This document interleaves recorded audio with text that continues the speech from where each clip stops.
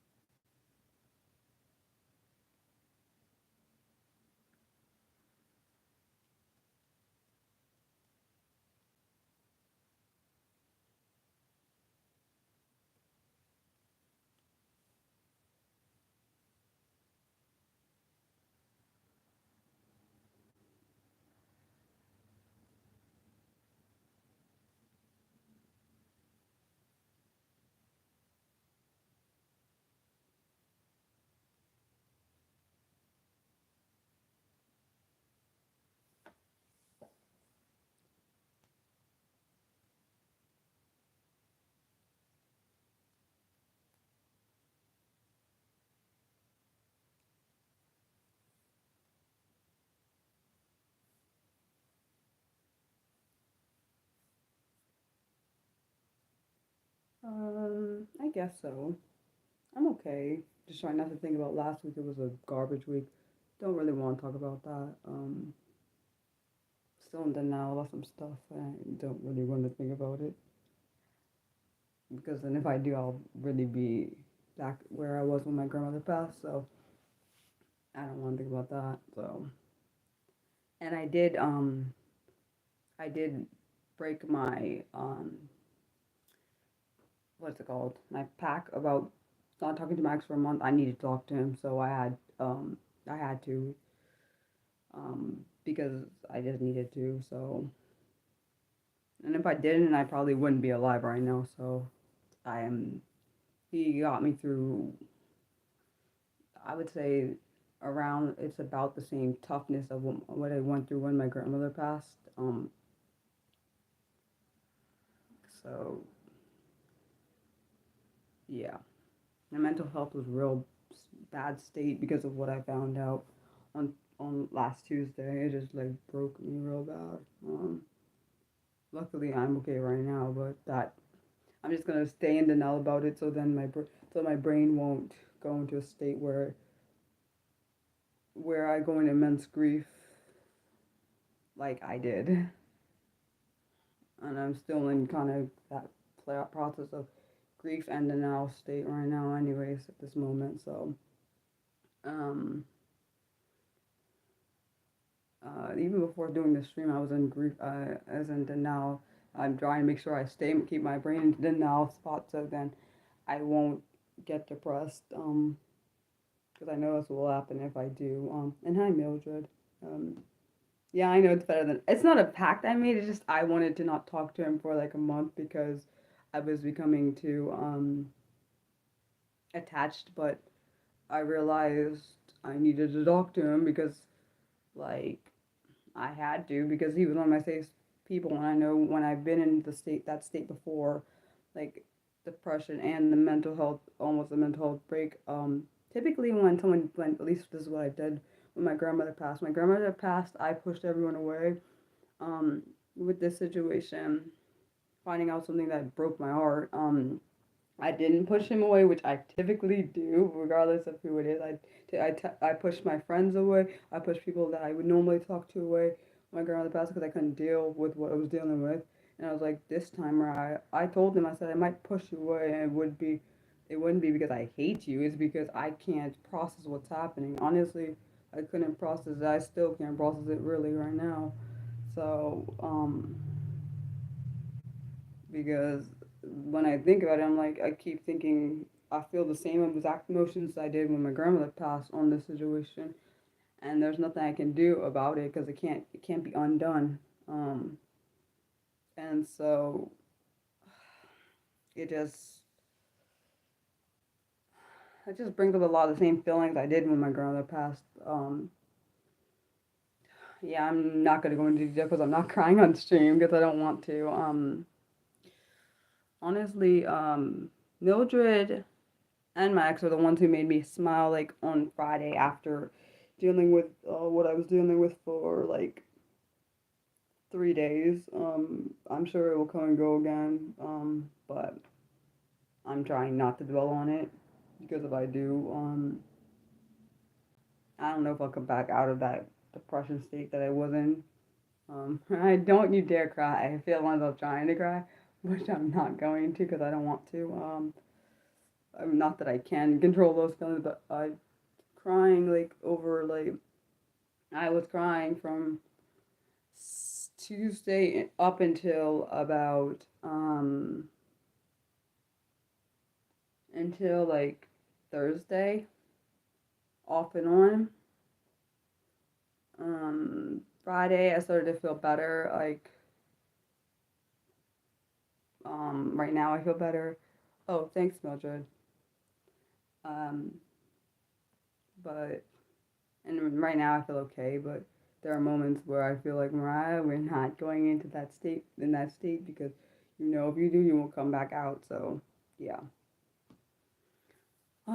Well, I hope you guys had a better week than I did last week. And also, Mildred gave me this great idea, which is really great. She wanted me to like write one of my poems into like make it an actual drawing, which is it's not really a drawing per se. I would say it's more of like the written poem, just written out. I just alternated colors with what I did. Um, I thought it was actually really interesting. At first, I wasn't sure if it would work, because I didn't think the paper, because the poem was kind of lengthy, and I was like, it's probably not gonna fit on the page. I was wrong. That's one thing that made me happy today, honestly. Another thing, did anything else make me happy today? I don't know. uh, Trying to think. Yeah, it did turn out really good. I don't, Mildred, I really don't get why you love my art like you do. I just don't get it really. I'm happy you do, and I'm happy it makes you feel things. But honestly, I've never had people that really liked what I do. So yeah. But like at least not like that. I like what I like my art myself, but that's also I'm biased. It's my own art. But yeah. I'm just gonna ignore people that want to troll on this thing because hopefully it doesn't. Oh yes, you know what I figured out on Friday? Actually technically it was Saturday, I guess. I told my dad. I said I forgot I had actually had an online stalker.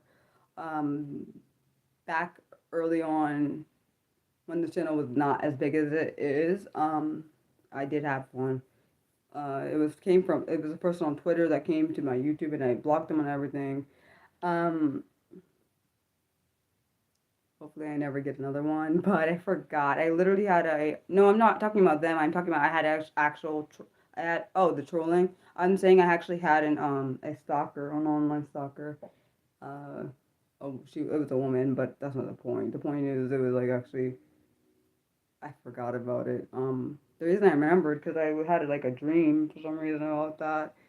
Um, on Friday, and then I told my dad, and he's like, "That." My dad was like, "Why are you telling me? Why are you thinking about that?" And I was saying because I had a dream about it, so it kind of brought all of that to my head. Plus, it probably didn't help that like the day before the dream, I had gone through that grieving period. Hello.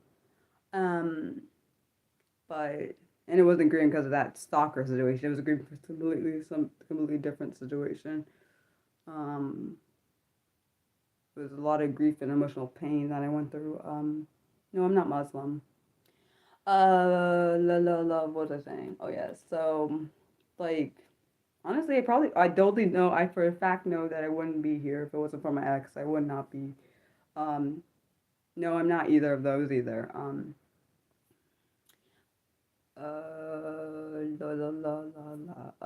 But what I was gonna say? Oh yes, I was saying that having someone in your corner, regardless of who they are, even if they're your ex or like your friend or whatever, um, like I remember my friend was trying, my best friend, I didn't tell her about it. I'm not telling her because it'll really just make me go back in this situation, so I'm not telling her. My one, he was like literally the first person to ask me what happened. Like I was like, okay. I was not gonna tell him at first because I was in shock about what I read on Tuesday, and I was like, At first I was like, this can't be real, but then I saw it's the obituary, so I was like, nah, that's the joke. It's not. Oh well, I'm glad. Yeah, good job, guys. I noticed that you guys did awesome. There should. I wish there was. I still do wish there was like are you sure you want this person block thing, so or banned or something? So then you wouldn't have the issue between the unblock and block thing. But you guys think you're doing good. But like I think everyone deserves to have someone there when they're going through things, regardless of if they're really good friends and kind of friend, like a surface level friend, um, like thing. Like I know Raul who was in this chat. He is actually my friend, online friend. I met him. I don't know how many years. It's been several. It's been like maybe has it been three? Maybe more than that, actually. Probably, actually, no, it's been more than 3 years. It's been a while. He was in the chat last week in here. He was how do I explain it? I was helping him when he was going through, well, he was trying to get into a school in a different country. So, yeah. What was I gonna say? He was asking me like, him and my best friend were saying that they're here if I needed them. But at the time, I could not continuously rehash what I was feeling because it just made me feel worse. And so like, I can say what it is, but I can't promise I'm not gonna cry. So I found out on Tuesday. Raya, try not to cry. It's okay. I found out on Tuesday evening that because I was looking because I sometimes look to see if my relatives are alive or not. I know it's weird, whatever, but I started doing that once my grandmother passed, and so I had thought that my other grandmother on my dad's side, which is my nana, I was like after my grandmother passed, I was like "Yeah, at least I have one grandparent alive. Right? Do not cry. It's okay. So I found out, okay, I had found out my dad's aunt passed. And then something told me, Mariah, we can go look and see if my nana's still alive. And I found out she died actually when I was a teenager and I didn't even know. Like it freaking killed me. Like, right, no crying, I promise, don't cry. I found out she died in 2011. So basically, when I was saying that I actually still had a grandparent like that I knew was alive, um, I was dead ass wrong. And for me, finding out like 14 years, almost 14 years later after she died, it freaking broke me. And I was like devastated. Even though I didn't know her well, I still made me sad because I was like, because I used to say to my dad, I said, even though we haven't seen Nana in this long, I said I could probably go find her, and I was like, literally, that was in my head all that time, even the years when I didn't know she was not alive, and I do wonder the reason why I didn't know about this or couldn't find it at the time is because I think if I had found, oh, actually no, back when in 2011, I wasn't searching the obits because I didn't realize we had lost anybody. I didn't know. And so when I saw that, I was like literally in grief mode. My body was like, oh my gosh, the person, like one of the people I thought I could like have a relationship with later on in life, I can't. Like, thanks. Right? Don't you dare cry, I swear, because I'm not trying to go back in that state. Like I was in a state where, similar to how when my grandmother passed, on my mom's side, my grandmother on my mom's side passed, I went into a state of feeling like I abandoned her, and that's exactly what I did with my grandmother on my mom's side. It's the same way I reacted when I found out the grandmother on my dad's side had passed. I thought I abandoned her. I felt like she was alone. She died alone. Like she didn't have anyone there. That's literally the same exact thoughts I had. Depression, like the mental health issues were kicking in, wanting to self harm. And I was like, Mariah, we can't do this. We can't stay in this spot. My mom was telling me, Mariah, try not to think about it that way. Think about it, like think about something positive. Because I was trying to distract my mind, but for those 3 days I couldn't. Like, if I didn't have my ex doctor, I probably would have killed myself. I'm not gonna lie. I probably would have harmed myself. I probably would have. Because I was like in a state where I feel the same way I felt when my grandmother passed when I physically saw her, which is why I'm in denial still about my nana because I didn't actually see it. So I'm like, okay, maybe somewhere in maybe it's not real because like I know what I saw, but then maybe it's not freaking real because nobody confirmed it. It's kind of like when my grandmother passed. I knew it was real, but at the same time, I didn't want to believe because but then I knew she was. I realized she was dead when I saw her in the coffin. Um, it's a process, the way my brain processes its thoughts. So like to me, like that like made me upset. Like my grandfather on my mom's side, I don't know. So technically, I basically lost all the grandparents I really knew of. So like I really feel bad. Like I think the reason why I think it also affects me because I'm thinking when I had kids, I can't even tell them like about their great grandparents. Like I can tell them, but they're not gonna ever really know them. So like, what the heck am I supposed to do to that? Like, yeah, I just so that I don't what I don't the denial thing is real. That it's real. The denial. Hello, it's a real darn thing. That I went through. Like I did it. I've done it more, and I think the reason I didn't also find out back in 2011, I probably wouldn't have been able to process it because I was already going through um some hard things then. So I was actually I think around that is when I had a major suicide attempt and when my nana died, but I didn't know she had died. I think it was June of 2020. June of 2020, no, June of 2011, and that's when she died, June of 2011. I had a suicide attempt, but it wasn't, of course, it wasn't from that, but I do know that I do wonder if my body knew that something happened, but I wasn't, because that happened with my grandmother. My grandmother passed, when my grandmother on my mom's side passed, or her mom, my mom's mom passed, I had I had I had a something felt like something was off. I didn't know what at the time. I do know now that I think I do even though I know not everyone in this chat is like religious or whatever, but I do remember feeling like God was telling me something was about to happen, like the Sunday right before she passed on a Tuesday, but I do believe that I had some kind of awareness of them coming because I felt extremely sad. I didn't understand um, why I felt like that, but I do suspect it was from that. I don't know if the body sometimes knows things before you know. You said that's like how your nephew was born. Oh, that's so sad. Oh, that's sad. I'm so sorry, Nick. A lot of older relatives are extremely understanding and take comfort in knowing younger relatives are busy out in the world living their complicated life, not ever knowing joy. And then you said, joy we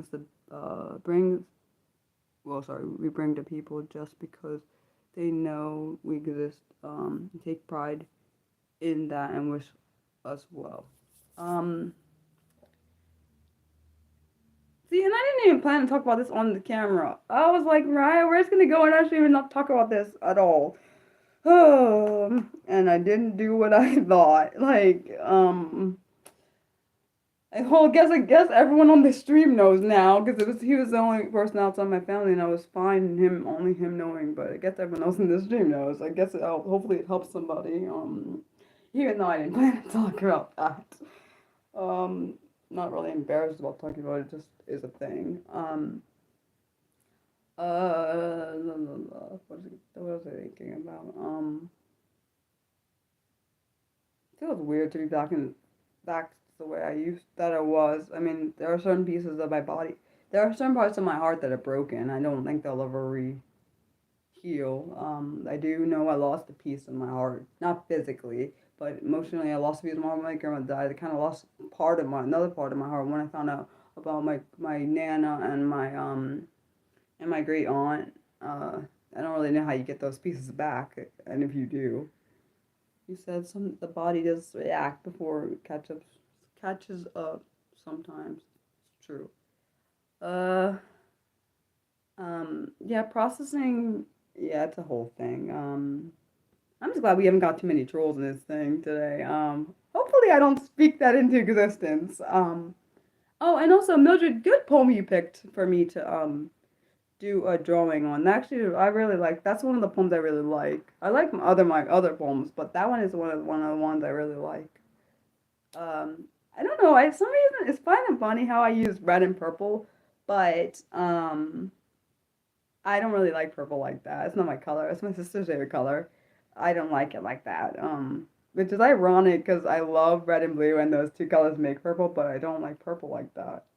But I realized they look really good together, red and purple when I use them as um any kind of concept in my drawings. It looks good. They look good alternating. Um, that's just a thought. I know it's probably random, but I finally caught up on Dr. Odyssey. I got to catch up on 911, which I'm putting it off because I found out something that is gonna make me cry when I watch it.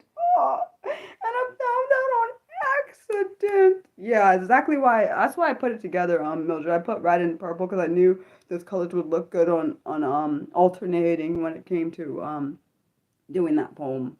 I If my blue was better, I would have probably put red and blue, but my blue is lame, and I love blue. I know. I'm thinking ill of that color, but the blue that I have for my color pencil is not that good. Like not that not a deep color when it comes to how it looks on the page. It's so dumb, by the way. I don't get it. But yeah. Um, what else do I need? What else did I? I need to stop watching Deadly Women, but I love that show. I miss it so much. I can't believe they canceled it. They canceled it back in was it 2021 or 2020? One of the darn two. Uh, One thing I will say that I love, even though people are like, Ryan, why do you talk so much about like things that don't interest me? But I was saying, one thing I love about like people that are actually in my life, and actually care about me. I love how productive they are. Like my best friend, I can tell that she's productive. And uh, the reason I didn't tell her about it because I knew she has her own family and she couldn't do anything. Not that my ex could, but I knew that he was unattached from like he doesn't have like the tied down for like by family and all the other stuff going on. And I'm not trying to be rude or nothing, but it's just where we're at. Where my best friend and I are at different stages of our life. I'm so sorry for if you're that. But so I didn't want to push that on her, and yeah.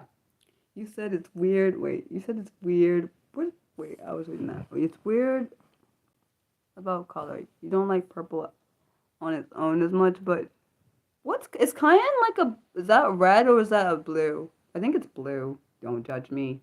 Because I don't use cayenne like that, so don't judge me, please. Wait, really? Oh, it's like what's that like? It's like a quilt. Those colors, I feel like those colors were calling a quilt, the ones you just mentioned. I thought it was blue, but then I was like, maybe it's not. Because some reason when you said cayenne, I was thinking of cerulean, like from Pokemon Cerulean City. Don't judge me.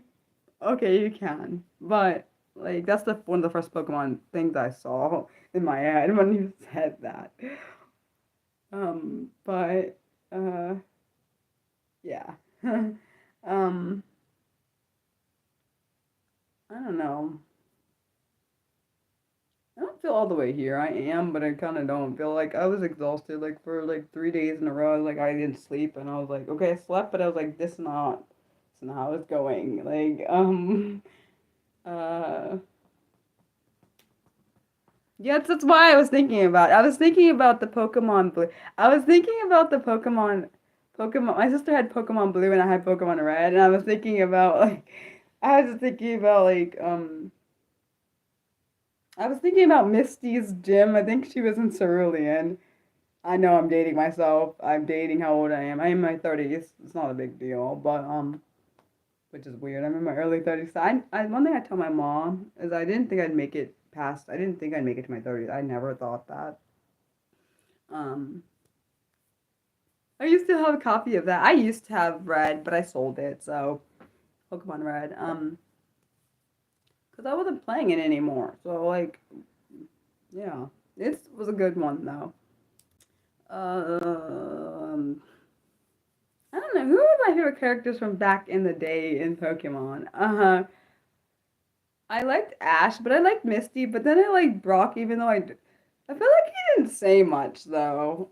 But I wonder now that I think about it, I wonder if Brock was I wonder if like Brock was like did he have like ADHD or was he autistic? I know the person who made the Pokemon I know the guy who made the Pokemon stuff. Like I think they said he's autistic.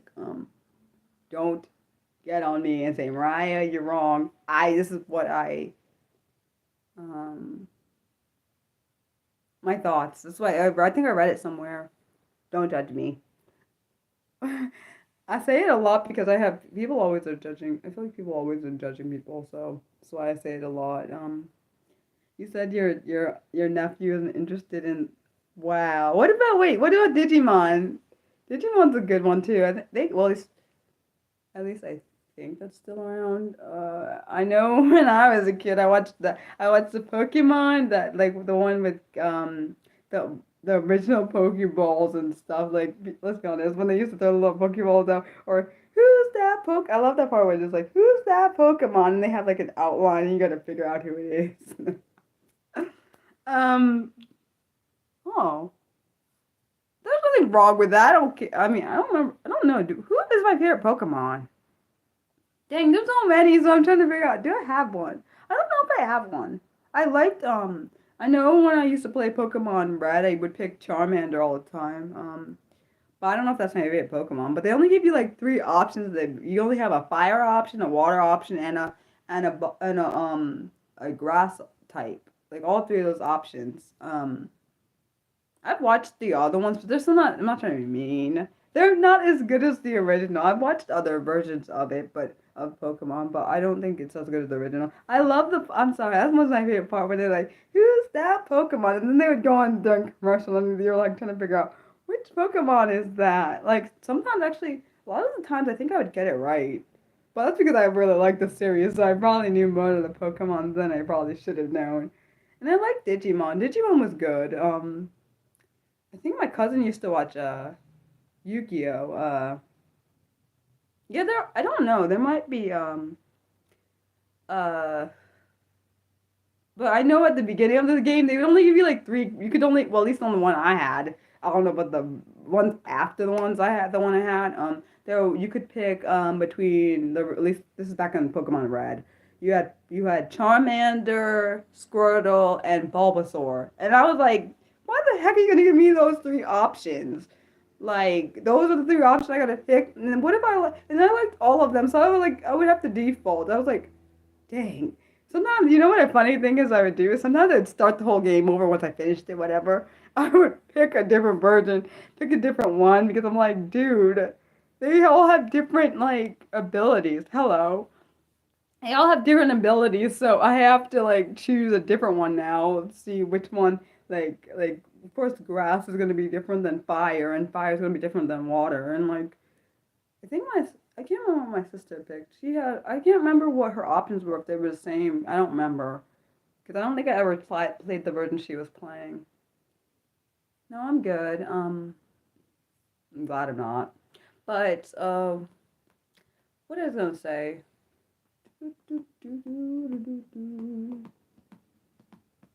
Um, I don't think I don't know. My cousin had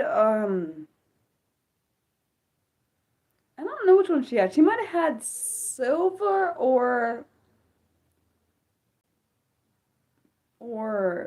gold, the gold one. I don't remember. It's been so long. I can't remember. This is going back to when I was like 8 years old, so I'm trying to think. I think she had one of those two. I do remember.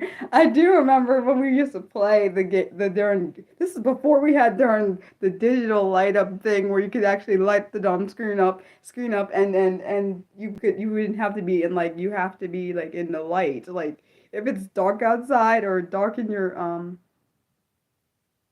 hmm?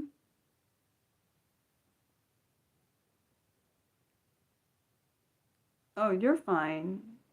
Um, what made you think that, Mildred? Do you see something that I'm unaware of? Um,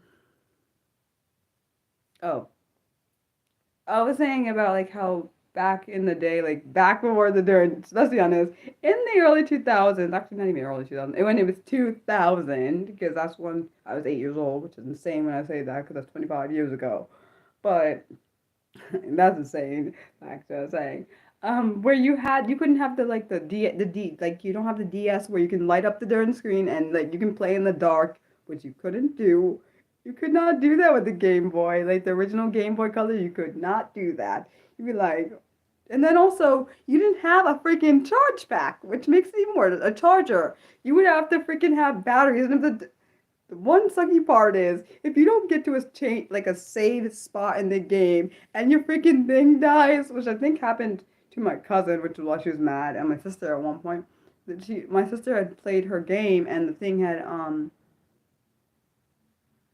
other thing people. Well, some people need people. I don't try to discount someone if actually if I'm sad. I don't try to discount it because they may be sad, why they might actually find sad. But I was saying that like you couldn't charge the freaking Game Boy Color. You would have to freaking be well, the one I had, it was the game, literally the original Game Boy Color, man. And so you don't have no freaking charger. You have to stick in batteries. This is back in 2000, before all the digital stuff came. And so if you don't get to a save spot and you die, you literally are screwed. I think that's what happened to my cousin.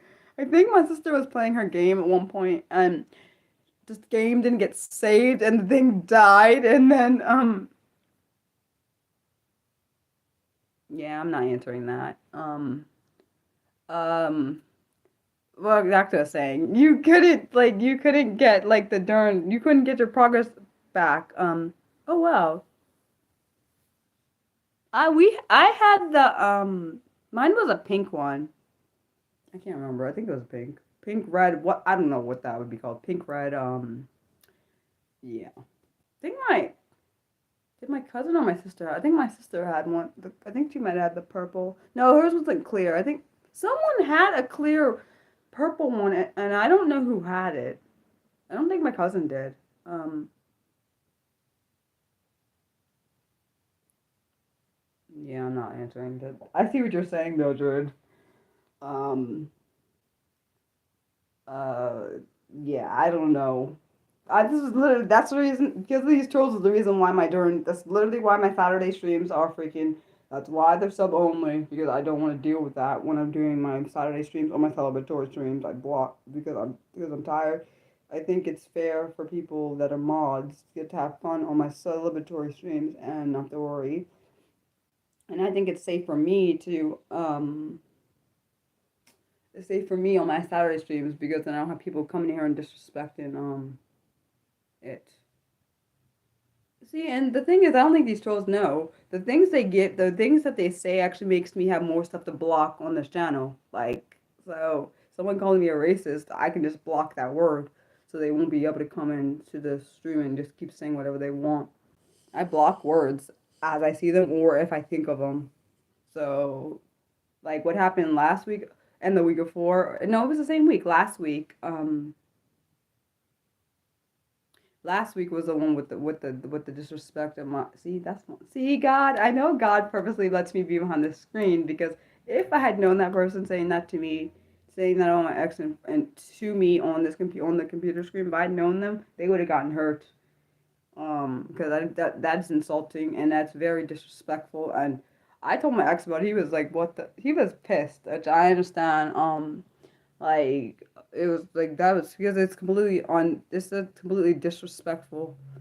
Um, what is being said? Like, why come out of your space, out of something that you know nothing about, and come disrespect someone just because you can? Like, it's disgusting.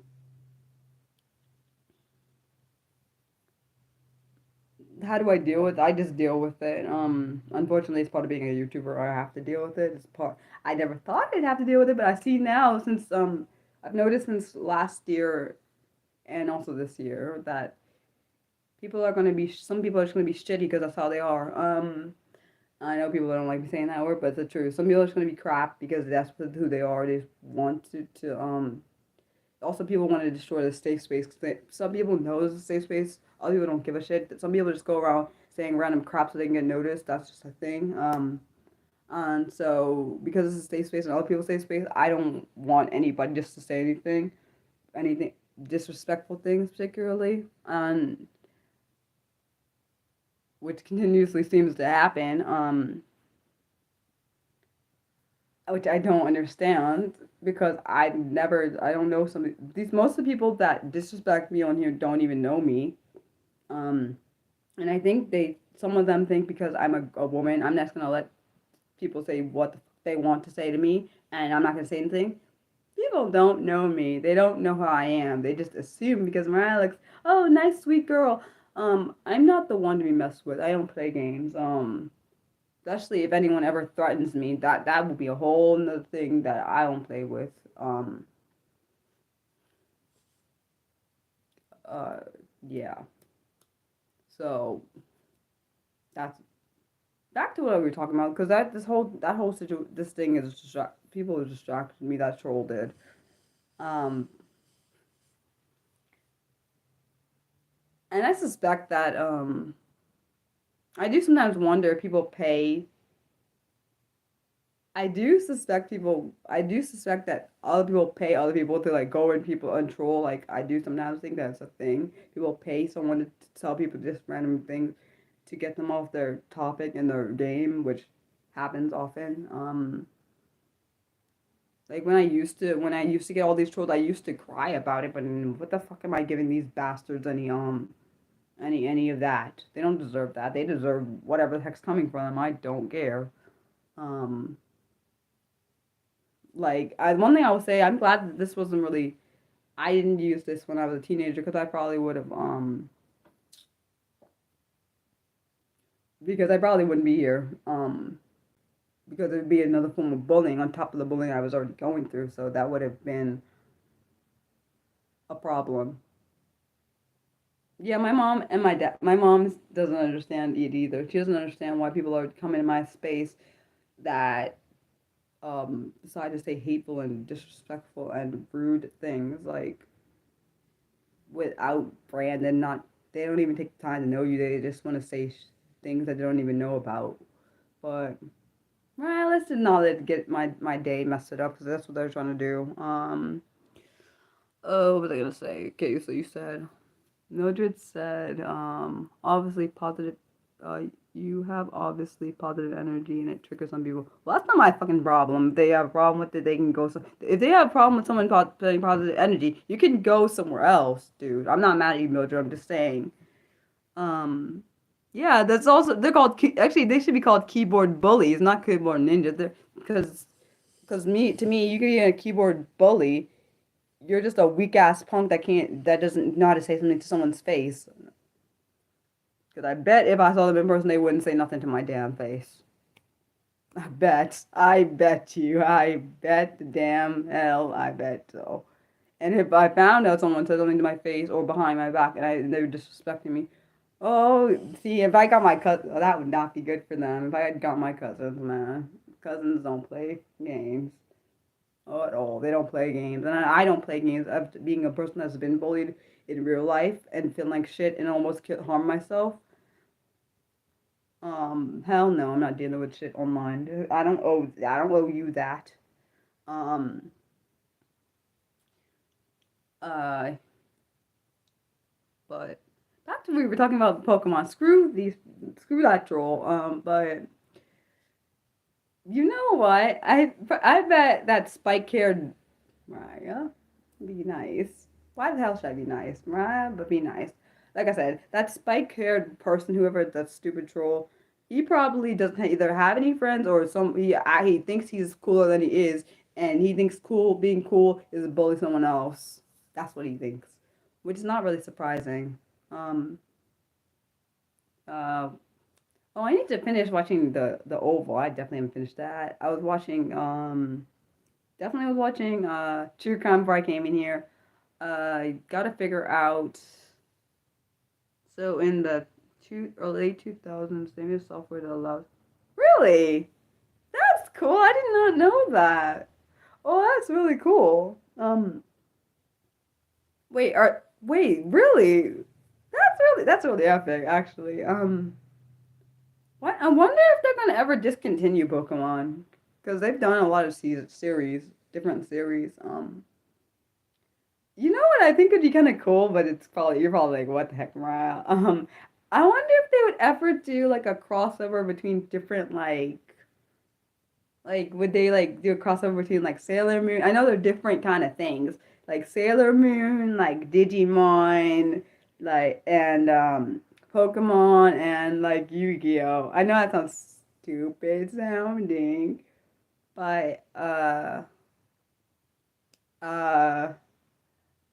but I think it'd be cool because like I watched all those series as a child, so I think it'd be kind of cool to see if they could band together, like work together to like get some kind of enemy. I don't know who the enemy would be, but but it sounds kind of interesting. Like, or they could play you know how they have Street Fighter, how uh I don't know. I just thought of that thought in my brain. It just kind of came there.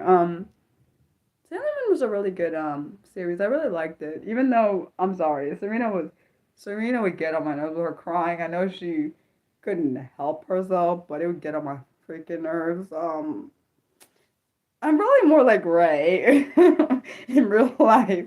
Probably more like her. But I am also emotional like Serena, but I don't think I cry for everything. It's ironic. I think I'm a twist between. I don't think they've ever done a crossover with all those ones I mentioned, but it'd be cool. If they did, I'd never seen it. And if someone knows about it, put the link in the. If anyone knows about it, put the link to the thing I said about this Sailor Moon, Digimon, Yu-Gi-Oh, and Pokemon in the darn put it in the darn under the live stream when it's over because I would love to see something like that because it'd be creative. I know it'd take a lot of I really liked Yu-Gi-Oh was okay. I like Digimon better. I really like Digimon and I like Pokemon and I like Sailor Moon. Sailor Moon was good. I watched a lot of things as a child, like so many different like things. Like I loved Little Bear, Franklin. I know that's ain't an anime or anything. What else? I watched a whole lot of things. I loved Rocket Power. That was my thing. Uh Cat Dog, even though people are like, why? But I really love that series. It's kind of funny. I really couldn't stand Cat, but I like Dog. And I know why I didn't like Cat, but I guess maybe Cat was cranky because Dog would always pull him into things. But then I don't know, but it's really interesting. That show is interesting. I loved Roly Poly Oly. I was kind of sad, I ain't gonna lie. I was really sad when it went off air. I know I'm a dork probably for that. Um, the Big Comp Couch. Oh my gosh, I still love it. I was talking to my mom about that. I was like, thinking about that actually made me happy. Yeah, I think I would say yeah, probably. I didn't watch that Beyblade. Um, it probably is good. I didn't watch it though. I'm trying to think. What else? Like that thing is I can't help it. I love the song, and then I was telling my mom. I said the reason probably why I love Big Comfy Couch so much, even though I know they're clowns, is because even though I don't like clowns, it's ironic, is because I could see their whole face. I was okay with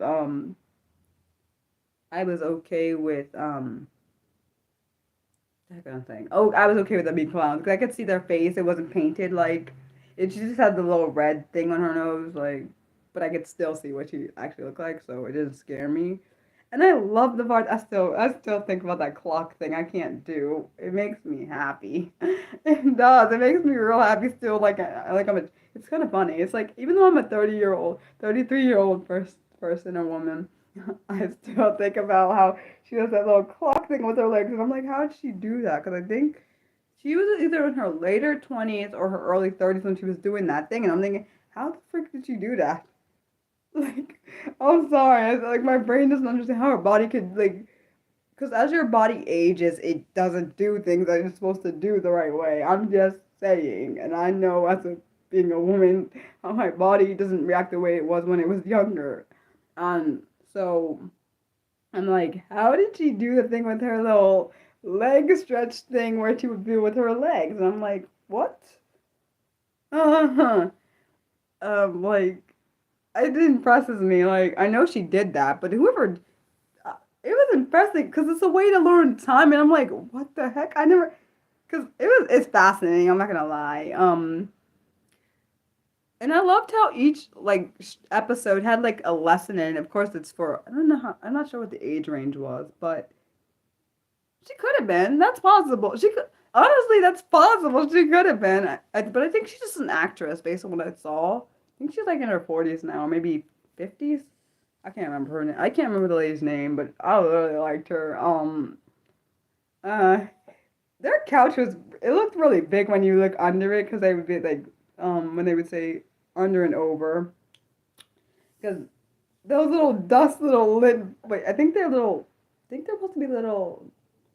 I'm not sure what the heck those little things were under the couch. They're either little bugs, like bed bug things, or like lint, because they always be messing with the lint, and I don't understand if they're not lint balls because they have eyes and stuff. I don't remember what those things are, but they'd be under there like messing with things. I never understood where did all the stuff she would be pulling out of like the couch come from. I don't think they were bed bugs, but that'd be kind of weird. Can you have bed bugs under a couch? I guess if someone late sleeps there, I guess you would have them. I don't know. That's just a thought. But I never understood where did all this stuff where did all the stuff in the couch? How'd you get all that stuff in the couch? I'm like she'd pull out something and she thinks she needed, but no, that's not it. That's not what I'm looking for. Um Oh, and I really loved the Magic School Bus. That was my show, man. I had so many shows back in the day. That was one of my shows. Like, I can't remember if I watched that before school or after school, but I know I loved that show. Like, it had so much diversity, and like very realistic. It was interesting to see like you have different races and cultures and different things all throughout the whole thing. I don't think honestly, I don't know if they make shows like that still. To be honest, I'm not saying they don't. I just don't know if I didn't know they had video. I swear, I don't think I knew they had video games about that. I know that in the Scholastic, I don't know if that's still around because I remember when I was a kid, we used to have, they would give us the Scholastic at school, and sometimes they'd be in it. Uh, remember. My brain's trying to think. I know it's like a long time ago. Since I was in school, like little. I was a little kid. Um, my favorite episode's got to be the one where Arnold was like, "I'm not going on the field trip," but then he actually becomes the field trip, and he had no idea that he had. My goodness, not that's crazy. 97. I was only 5. That's freaking crazy, man. But that's freaking intense and crazy. Back to what I was saying, the one where he's like, I'm not going on the field trip," and then after the whole thing, he's like, "I'm never not going on a field trip ever again," because he found that they went inside his body. That was interesting. Honestly, I'm not trying to be mean or nothing. I kind of understand why Arnold is only on the field trips. Just the field trips are very intense and crazy. Like that one time where they almost got baked into a cake because they went. I forgot how they got in the bakery, some kind of thing. They wanted to know how something was made, and they almost got baked into a cake. Like what the heck? All of their like adventures are like so.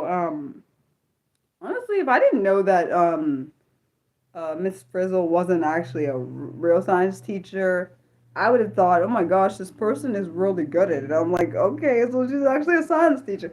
But the lady who does it is just an actress. Because, I don't know, it taught you a lot about different parts of, like, honestly, it was a good way to teach people about science and engage them.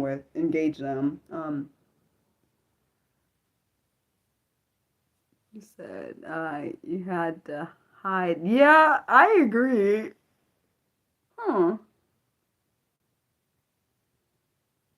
Yeah, I completely understand Arnold now because I totally would probably be like him because I'm like, dude, every I think one time he was like, oh, why couldn't I have like been sick and went home because it's literally because he always gets in the most unpredictable situations. It's probably why Arnold doesn't like going on the field trips because he literally is like, I feel like he's always the one that has to do the odd thing on the field trip. And everyone else is enjoying it, and he's the one that doesn't like really enjoy it like that. Which is understandable because I can't remember if he moved and went to that school at random or if he was always there. Because I feel like he might have moved and went to the school at random and then like experienced this whole thing. Seriously, see, exactly. That's exactly why I understand why Arnold never wants to go because he literally always gets the worst thing. You know what it makes me think of? It makes me think of the Rugrats because I feel like Tommy is always like so adventurous, so are Lil and Phil, and like Chucky always gets in a situation like where he like regrets like the decision. So, well, of course, we know Rugrats came before, most likely probably came before or during the same time as the Magic School Bus, but it makes me think of that. One, if he has anxiety disorder, I completely understand it then, because like being around the class where we always have like a sporadic field trip, I would be like, oh my gosh, what the heck am I dealing with? Hello, um, like what is this? Like what are we doing here? Like oh, I also forgot to say thank you guys for making me smile and not get upset today. Forgot to say that. But I just think it's interesting. Like I feel like there's always one of the character, at least back in the day. I don't know if it's still like that today. There's always a character that wants to go full into something, and then there's always a character that like kind of skeptical on the side, kind of like Keenan and Kel, honestly. I feel like Keenan would always get Kel into situations, even though they make it seem like Kel is the one oh, thank you. Kel is the one who is not actually the one who is the one who gets in the situation. I realized that when I was a kid. I remember. Oh, I'm glad you're smiling. But I remember when I was a kid, I used to think Kel got them in the situation. I realize now as an adult, Keenan used to get them in all these bloody situations, and then Kel would like take the brunt of the bloody situation, and I'm like, what the heck, Keenan? Because I swear when I was a kid, I used to think Kel got them in these situations. Actually, no, it's Keenan. Like one of the episodes I watched, sorry, actually, I watched a snippet of an episode, and I think Keenan was trying to bless this girl, but didn't realize the girl was like right behind him when he was saying all this bad stuff about her. No, actually, no. She was outside the dressing room. They were talking about the girl. They were getting like changed into some new outfits to like try and hold or whatever. And they didn't realize the girl was like right outside the door hearing every single word they just said. Um, oh, I'm just talking about shows from my childhood. But I was saying that it's interesting how you realize that nobody like you realize how your perception is off when you realize exactly. Keenan, wait, you realize Keenan was like, dude, it's no, I think it's intentional. Seriously, I feel like I totally feel like it was intentional. I did not realize that back then. I used to think Kel be getting them in all these darn messes, but no, actually, it's Keenan. Because what was I? There was several episodes I watched, and I was like, oh my gosh, Kel did not do anything. He just got involved because of Oh, you weren't born in the '90s. I was born in '92. Um, but so like So it means you probably won't know about some of these shows, like Keenan and Kel was a great show. All that was, I didn't really watch it like that. I love the Amanda Show. Oh my gosh, that one show, there was one skit on that show. There's a couple actually. There was one called Moody's Point. That should have been a bloody show. I swear to you, man. They should have put that as a darn show because that I was like, I wasn't. It was like I think it was like a 10-minute darn thing or maybe 5 minutes. I'm thinking, I need more of the darn. I need more of this. Like even me and my sister both said the same thing when we were kids. We were like, we want to see this actually as a show because it's actually really clever. Even though I know Amanda Bynes is really, honestly, she was a really, I didn't realize she was such a good actress until I looked back on her work. When I watched her work, I thought she was good, but I didn't realize how good she was until, unfortunately, we don't see her anymore because which I understand why. I didn't realize she was so good. I remember watching her on, I think the first place that I saw her was All That. And then she had her own show, the Amanda Show. That show was really good. I loved all the skits and like the Penelope thing, even though unfortunately, I recently I found out like maybe a year or maybe a couple years ago that, yeah, some of that stuff was not, what was happening on that show was not right. And I didn't realize that. Um, it's because she's not an actress anymore. She doesn't do acting. That's why I said that. I loved her in that one where she dressed up as pretending to be her brother, because she wanted to be recognized as a soccer player. She's really good at soccer on the film. I think it's called She's a Man or something. That was a really good movie. I liked her in. Oh, I'm trying to think. I'm thinking. Hold on. There's a lot of stuff I've seen her in. Sydney. I think it's Sydney White is one of the movies. What other stuff? I've watched a good amount of stuff, and I can't think of what else she was in right now. What the heck? I definitely know she wasn't in that movie Bend It Like Beckham. I don't know why I thought that, but I was like, I know that Keira Knightley was in there and somebody else, but that's not her. What was that movie? The movie where she had found her father. Is that the same one? What the heck is that movie called? The one with dang, what is that darn movie? I forgot what that movie's called. She was in that show. What I Like About You. That one was a good show. I like that.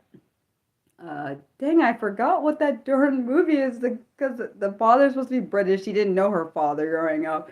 I literally can't remember what that darn movie is called. Oh yeah, guys, I also remembered what that movie I was trying to tell you with Alexa Vega was. It's called Odd Girl Out. That's what that movie was. Which is, don't watch it if you have trauma from being bullied and you haven't gotten over that. It's not a good idea to watch it because it might affect your mental health. I watched it for the first time when I was actually, I think I was going through my bullying, but I wasn't. It wasn't my fault that I watched it at a time. They had showed it in sometime in middle school. I think it was either eighth grade or seventh grade. So it was either before my bullying or around the time. It was in those years. No, it's not the movie I'm talking about. She's the Man. It's not the movie. I don't remember the darn movie. I have to figure it out. Hold on. I bet you if I look through Amanda Bynes, I'll find out what it is. Hold on.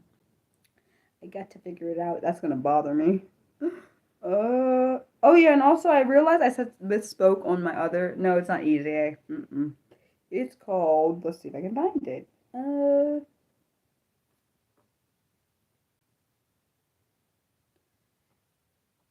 It's not Big Fat Liar. Was it What a Girl Wants? Is that what it is? Yeah, it's What a Girl Wants. The movie. Yep, you got it, Mildred. It's yep. Yeah, I was looking. That's where I was looking at her. Yeah, What a Girl Wants. You got it, Mildred. That's what I want. You're fine. That was a really good series. I mean, good movie. She has a lot of good films, and I'm very curious. I'm curious to see. You know what? I'm very curious to see when we get to 1480 on here. I'm curious to see what people pick for the polls. For my poll, I put up for like choosing which topic we're going to do for a celebratory live stream for getting to 1500. We're not there yet, but we'll be there. I feel like we'll be there probably by I'm thinking maybe by either end of May, maybe early June to 1480. But oh, I didn't know she did that in robots. I didn't know that. She's been in a lot of things I forgot. I had the list up and I closed it. My bad. Um, Big Fat Liar I saw. I think I know what I'm gonna put, but I don't know. I also feel like I want to do a write-in so if people want something I didn't think of, they can also. Oh yeah, thank you, Mildred. I totally forgot about that, and I was gonna mention it. Thank you for mentioning it. I see right now. Hello. Oh, you're from London.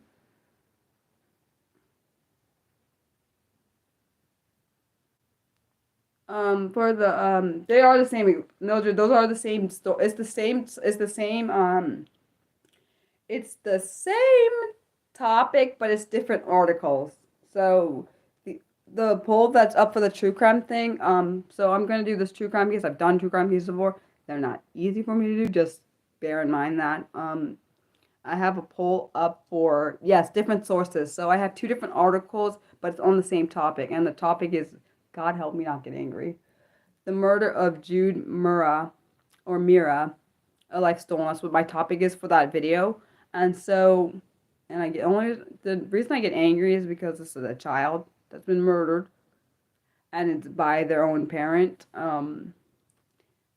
which makes me pissed, by the way. So it looks like, actually, when I was looking at it, it looked like the first topic, the first article is in first place.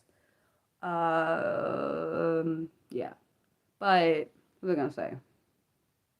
I don't like doing true crime cases only because I love true crime as watching it. I don't like covering it because it makes me really. Well, people that know me know I get really emotional. Even my parent, my mom, and my mom is like, when I do my true crime stuff, like whenever I do a case, she can tell how emotional it makes me. So she's like, Mariah, if it makes you like that, maybe you shouldn't do it. But then, in my opinion, if it makes me like that, means it probably should do it because, um, oh, there's two. Sorry, Nick, I forgot to answer. There are two options, Nick. I'm sorry for that poll. I didn't say that. But the thing is, I like think it's important to. Well, for me, I love true crime, but because I have for me, I love true crime, but because I have a strong connection to when it comes to any kind of harm to. There are three groups I hate when people do. I'm not saying I don't have a problem with any of the other ones being messed with. There are three groups I don't like being touched. Children are one, the elderly, and the disabled. And for this particular case, which pisses me off really bad, the kid is autistic and the child's autistic and he's a child. So it pisses me off even more. It probably pisses me off more than it should, but it does make me mad because of that. And you're supposed to be also you're supposed to be able to safe around your parent. You're not supposed to fear you're gonna get killed. And the way she did it just pissed me off even more. Because I read in different articles different things, and I know it's very similar, regardless of what if it's exactly correct. I know for a fact what she did was fatal. We all know it's fatal because the kid is dead. And I don't know if she was having some mental issues or something, or what the heck was her problem. I don't know. But I do know that her child is no longer alive. I mean, of course, and also I know she is not alive either because she killed herself. I do know that part, even though that's probably not in the two articles I read. I do know that because I remember hearing this case. When I heard this case, I really wanted to throw my tablet. I did because. And to me, when I have those kind of reactions when it comes to a case, it means I have to cover it. That's literally how my brain goes. Like anytime I have a strong reaction to a case, it means I'm supposed to cover it. And since every single case I've covered, I've had a strong reaction to a case or a relative allowed me to cover it. There are two cases I've done with I got permission from the parent or the one I had permission from the parent to be able to cover. The other one I had permission from the family because we were trying to get a stronger sentence for the person, even though it didn't fucking work, which makes me mad because that was some bullshit. I'm sorry, because sentence was bullshit is what it was. It was bullshit, and I'm not gonna mince it. That's what that was. It was crap. It shouldn't have, the sentence that he got, which means he actually could, I don't even know, would he be out now? Because I hope to God he's not out. He's a murderer. He should have stayed in the dang jail, where he should have stayed, and I don't think, I know, at the time of the case, he only had 11 years for murder. Which I don't damn get. I don't get it. So if you murder, even though he wasn't charged with murder, but he committed murder and he got away with it. And I really hope that he gets to be on some kind of special list where he can't go around children or people that have children or even relatives that have children. Anyone that has children, he cannot go around. There should be like a special list for the people that harm children and which results in their death. That's what there should be, like a special ass list for all the people that harm a child or which results in their death. There should be like a special list written up so you're not allowed to go near any person with children or any children anything with that.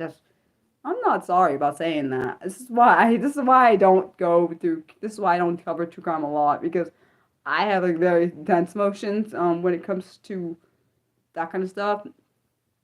Like, I can't do it. Oh, I know. I agree. Him getting out is bull. And the guy, remember the case I covered with the guy that's been in jail since I think it's been almost 15, either 15 or 4. It's over a decade for this one kid that's been in jail. He's autistic, which I think is bullshit, by the way. The sentence is bullshit. Because the reason why I say the sentence is bullshit is because, and I'm sorry for anyone who's offended by me cursing, is because the guy, supposedly, this is literally the dumbest damn thing I've ever heard in my life. Supposedly, so let's give an example. If me and my friend were somewhere, whatever, we like met somebody random, we got into some kind of fight, and say my best friend like pulled some kind of darn knife out, and like I'm not even anywhere in the vicinity, I like ran away and I'm not near, I'm supposed to know my friend has a weapon to kill somebody. Basically that's what happened with the guy. So the guy he was friends with somebody. I do suspect there was coercion involved in because, like, let's be honest. Unfortunately, autistics and others are, well, I'm also autistic, so I'm not trying to speak ill of people like us. I think we're a lot more susceptible to coercion than anyone else. But the guy, well, he's actually around my age now, so, but the point is, I suspect that he probably ran. This is what I probably would do. I probably would have did what he did. Punched the person, whatever, and ran away. I would have done that out of fear. That's what I would have done. And that's what he did. He punched them. I don't know if it was out of fear, but he punched them and ran away.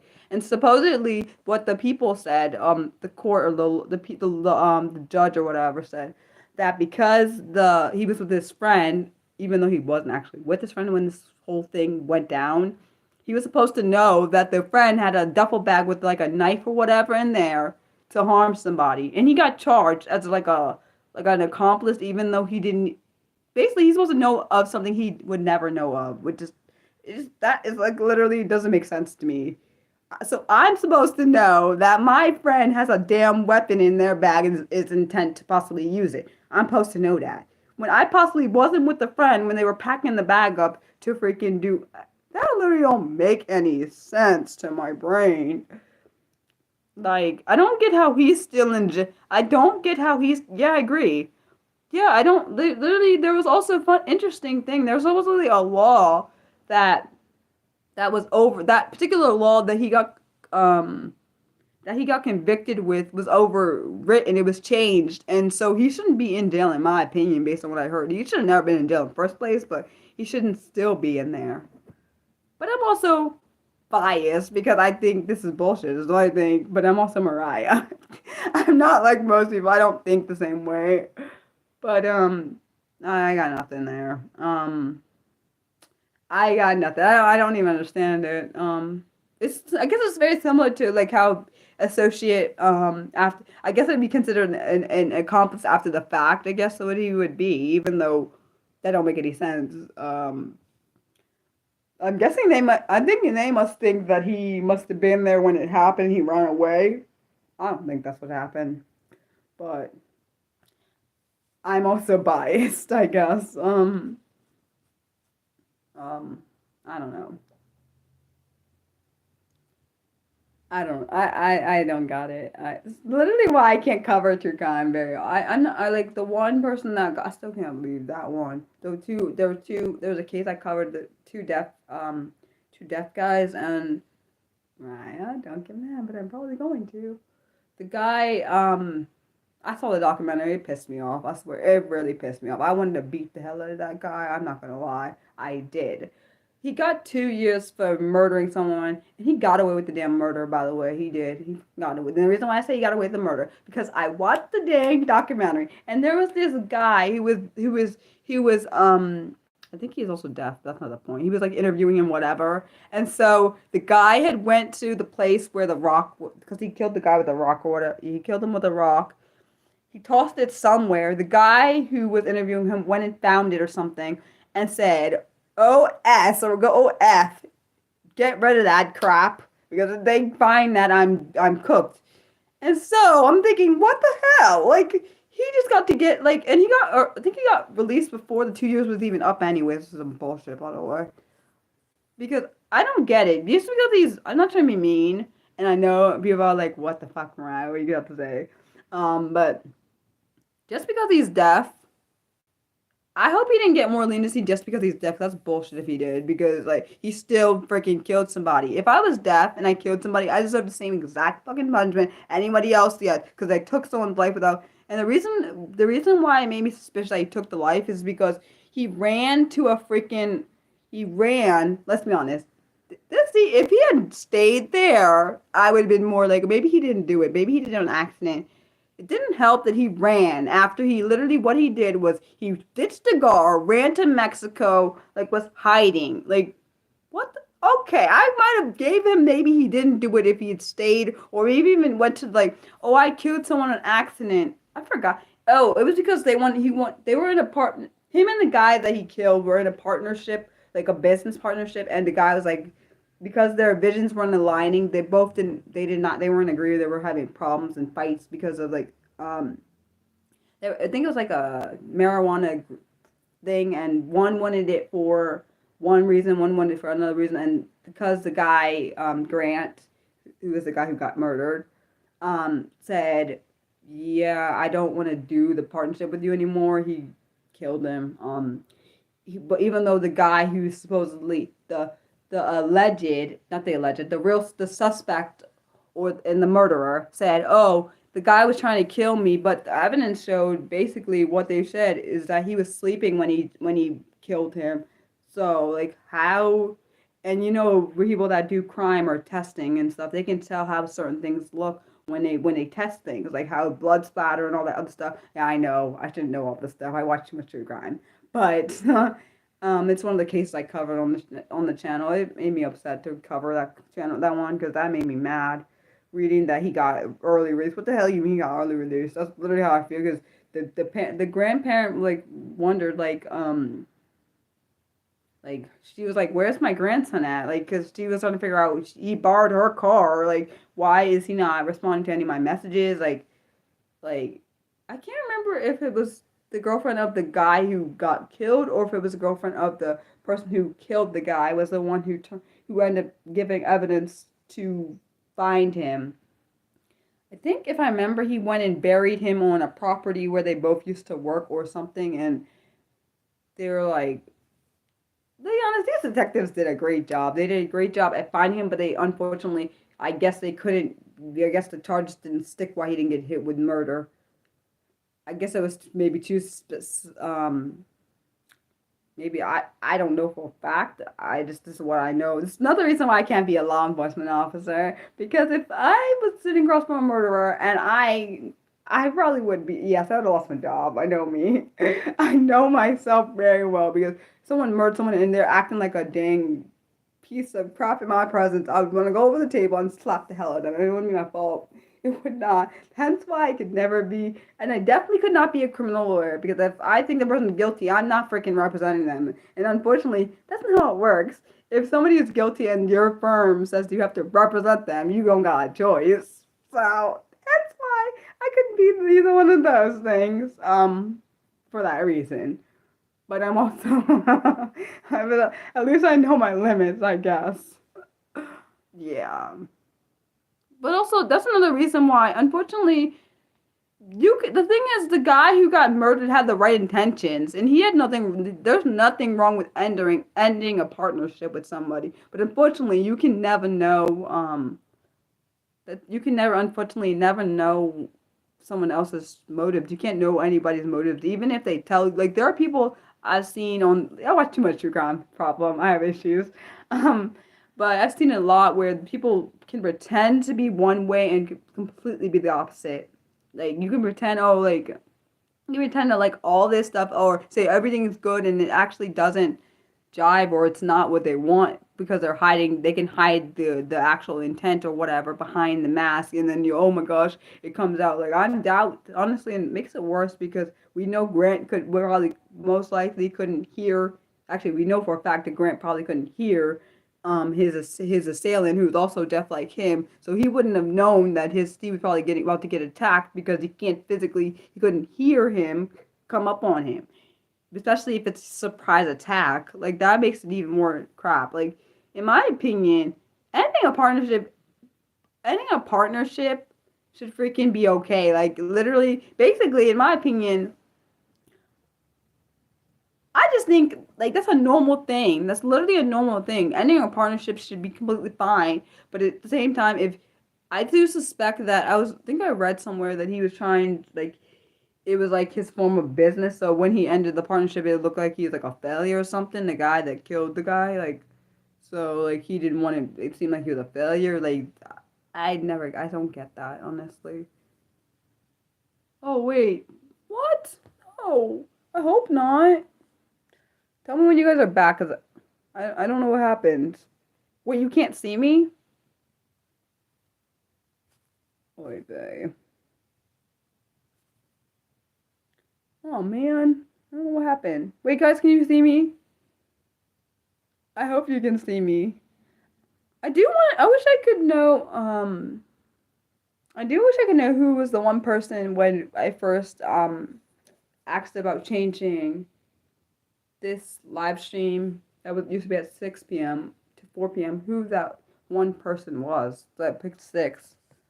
I wish I could know who that. I wish they would like literally. That's why I wish that. I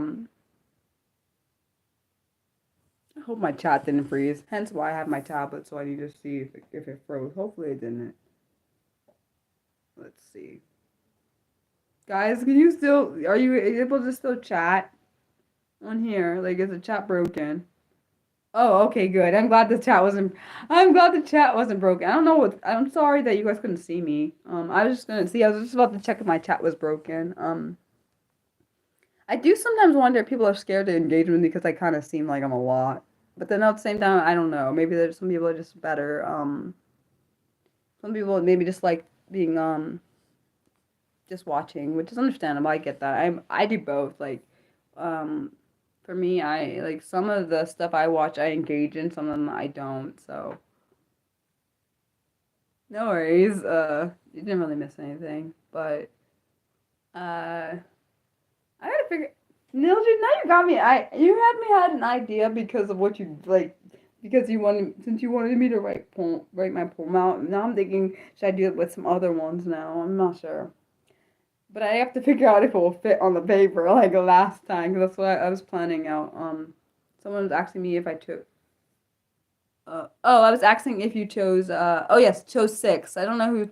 I don't know who chose. I don't know who chose 6 o'clock. It was one person. They were like they didn't want it to be changed from 4 to 6. But I always wanted it to be changed to 4, even if it hadn't gone that way. I probably would have changed it anyways myself because I like 4 better because of the light and not like because when I did 6, it would cut into my eating time, and then I would not want to eat because of my I already have an eating disorder. But cutting it into my dinner time or whatever would make me force me not want to eat more.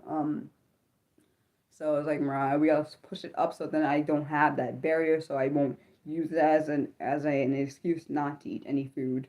Uh, you said this time makes more sense to you.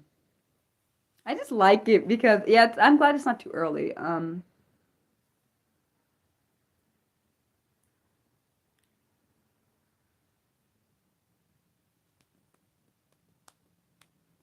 wonder, Wait, so guys, I forgot to ask. I don't know if you ever answered my question. So for oh wow, so it's 10 there for you. Okay. I feel bad making I feel bad for Nick. I feel bad that you're like completely like it's like nighttime over there, but it's like daytime here. I mean, it's good lighting for me, but I feel bad you have to watch this at night. Only because I sometimes I used to think that I was like interrupting your sleeping time because the time difference. So I was like, okay, I feel bad because I know people watch from all different parts of the world, and I know you're not on the same part of the world that I am. So I'm like, oh my gosh, dude, I feel bad because that's another reason I pushed the time forward up. I pushed it up because I was like, then like Nick and other people that live in different parts of the world, they don't have to like watch it so late. But that's just a thought. Um, wait, 10's really early for you. Wait, really? Wait, for real? You're really? Oh, wow. What? Can I ask you a question, Nick? Can I ask you a question? And I only ask you because I'm just curious. Like, what is customary to like eat for dinner over there? I'm just curious. I know you of course probably eat some of the stuff, same stuff I eat, but I'm just curious to know like what's like your go-to dish or something. I'm just curious, out of curiosity. Don't feel like I'm trying. Hopefully you don't feel like I'm pressuring you. I don't want to do that because I know what that's like. Um, just thought it at random. Um, I'll go with the second one because I don't know what I don't know. I feel like I want to know both, but I feel like I don't know. I like both of them, but I like would love to know answers to both. But if you rather do the second one or rather do the first one, you could do that. No pressure. Watching myself smile makes me smile more. It's weird. It's one of the good things about my live stream. I get to see myself smile, even though even though people are like, "Why the heck do you smile so much?" Actually, people should say, "Why don't you smile so much?" Because I used to not smile at all, really.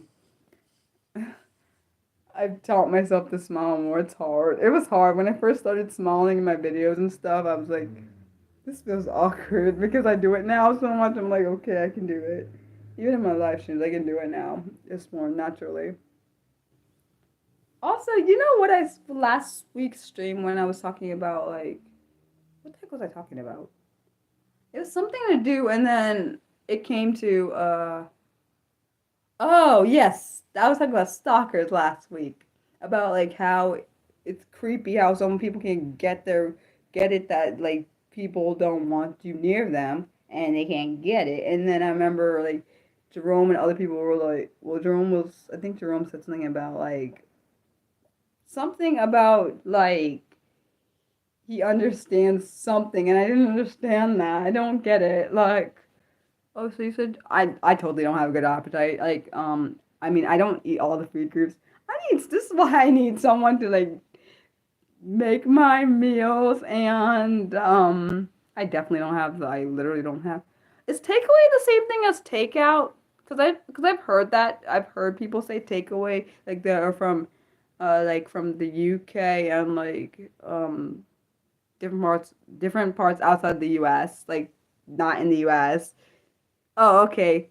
Why is it called takeaway? I'm sorry, I'm just curious. See, this is what happens when my brain gets curious. This is why wish I could shut my brain off at times because like it goes into like this weird smorgasbord of like I need to know why this is why thing. But it's part of me. I guess it's just part of me being Mariah. But I'm very curious to know, like, is it because is it because you can put it away, or is it because the person goes away? I know you're like, what the hell, Mariah? What does that even mean? I don't know. I just trying to figure out why it's called that. I don't know. I don't know. I wish that sometimes that different places around the world have the same kind of like language, so then it don't get confused. People don't get confused. Like I know. Oh, you say you don't really know. We just call it. Oh, okay. So it's like it. So you know what I wish they still had around, like drive-in movie theaters and like those. I feel like I've never been to one of those. It sounds kind of fun though. I don't know. I think I feel like it's probably more fun. It's probably more fun than like the actual movie theaters. Just saying. But people are all like, what the hell, Ryan? That don't make any sense because like if you didn't have movie theaters then you but just think about it. Back in the day, like I don't know when the drive-in movie theaters were created, but back in the day when you could actually bring your own food, you don't have to do all that stupid like you know how people say you're not allowed to bring your own food into the like movie theater, which you know of course people break that rule. I've done that. I'm not sorry because it costs you, and the reason why we know that they say that is because they don't want you to like not to spend on their products. Sometimes I wouldn't eat at the movie theater because I didn't want to, but other times I would bring my own if I want to. Sometimes I'd buy from there, but it's expensive, so like I understand why. I feel like I really wish I could, dude. That'd be like a really awesome thing. I wish I knew where there was like a movie, like a drive-in movie theater, like, and then I could just, you know what? I actually thought it was the cutest idea, but I'm also a romantic at heart, I guess. I was just thinking, like, think about, like, what if someone like proposed to someone at the movie, like the drive-in movie theater? I know don't judge me. Okay, go ahead. Like I was just thinking, like, how I watched this little, I think it was like a snippet on Twitter or something where this person, it was literally the most cutest thing I ever saw. So they had like this little movie, little thing, like it was based on like I think Sleeping Beauty, and so and the girl didn't know. First off, it was literally amazing. So she was watching this movie and probably thinking like, what the heck's happening? They're not saying the lines that are normally in the movie, and so wait, you think so? Oh wow, cool. But so she was getting proposed to, but she didn't realize at first because she was like, why? Because the characters were looking at her and they were like, it's because it confused her, like, what is happening right now? And she didn't realize that her whole family and friends were already there because he said it, because the fiance or the soon to be fiance set it up like that. That was actually brilliant. I ain't gonna lie. That is freaking amazing. Um, so it was like on the movie they were saying lines and stuff, and then I guess he eventually like proposed her, and he then the characters look back to I guess to so like tell like kind of say like hello, man, what's happening? Because she was all into the movie, she didn't realize that like the guy she was with, or I guess it was her boyfriend at the time, probably most likely, is about to propose. I thought that was so freaking brilliant. You know, oh my gosh, the best proposal I think would if I had one, which probably be expensive as heck, but it'd be amazing because I like ballet, or it could involve art or ballet, because I love both of them equally.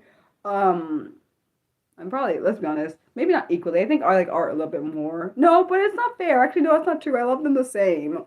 Um, like art. I would literally love it to like involve art or like a form of dance. Like, it'd be kind of awesome. Like the if they could do that, like the ballet dancers come out. I'm such a dork. Yeah, I do know that, Nick. I do. Maybe that's another reason why I just love the way the gracefulness of ballerinas.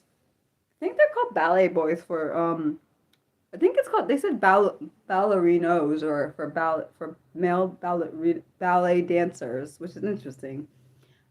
I just love it. Like since I first saw it when I was like, I think I might have been 5 or so. Like the first time I ever saw ballet, I was just enthralled. I've just never seen because I've never seen nothing like that. That looks so beautiful in my life. I don't think I've ever seen anything like that. And I was like, this is so impressive. I'm like, what the?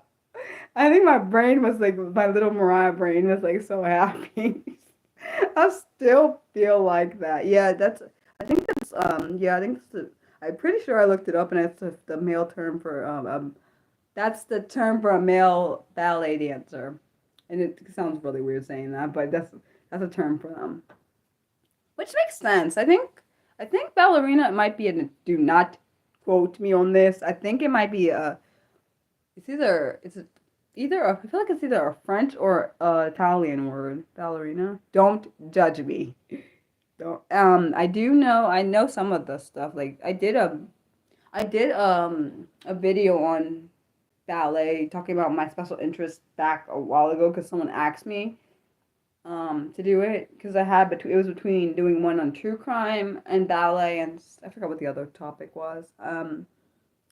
But I like some of the terms like releve, jeté, arabesque. I just think about them things in my head. I just think about ballet dancing in my head because it makes me smile. I just love getting to see the National Russian Ballet in college. That made me happy, and I'm not sorry that I saw it because I swear before I even started, I started crying because it's like some kind of dream happening right now. Like I think it's probably why I started crying.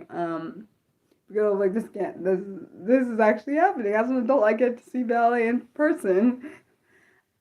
If I had, I know I shouldn't say this, but if I had a kid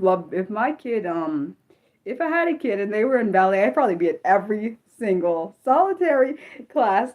Cause I literally can't get, I like literally my brain can't get enough of art and ballet together. The same way my brain thinks. Like if I could be absorbed in art all the time, I probably would. Same with ballet. If I could be absorbed in it all the time, I probably would, which would probably be bad for Mariah because that means you guys would never ever get an access to me ever, and that would not be good for some of you guys. um, I don't know. It just makes me happy. And maybe it's another reason why I like classical music. Because when I hear some classical music, I think of ballet going to that actual piece of classical music that I'm listening to. I've had it happen. Like I listened to classical music. Well, actually, I was listening to it a little bit before I came on here too.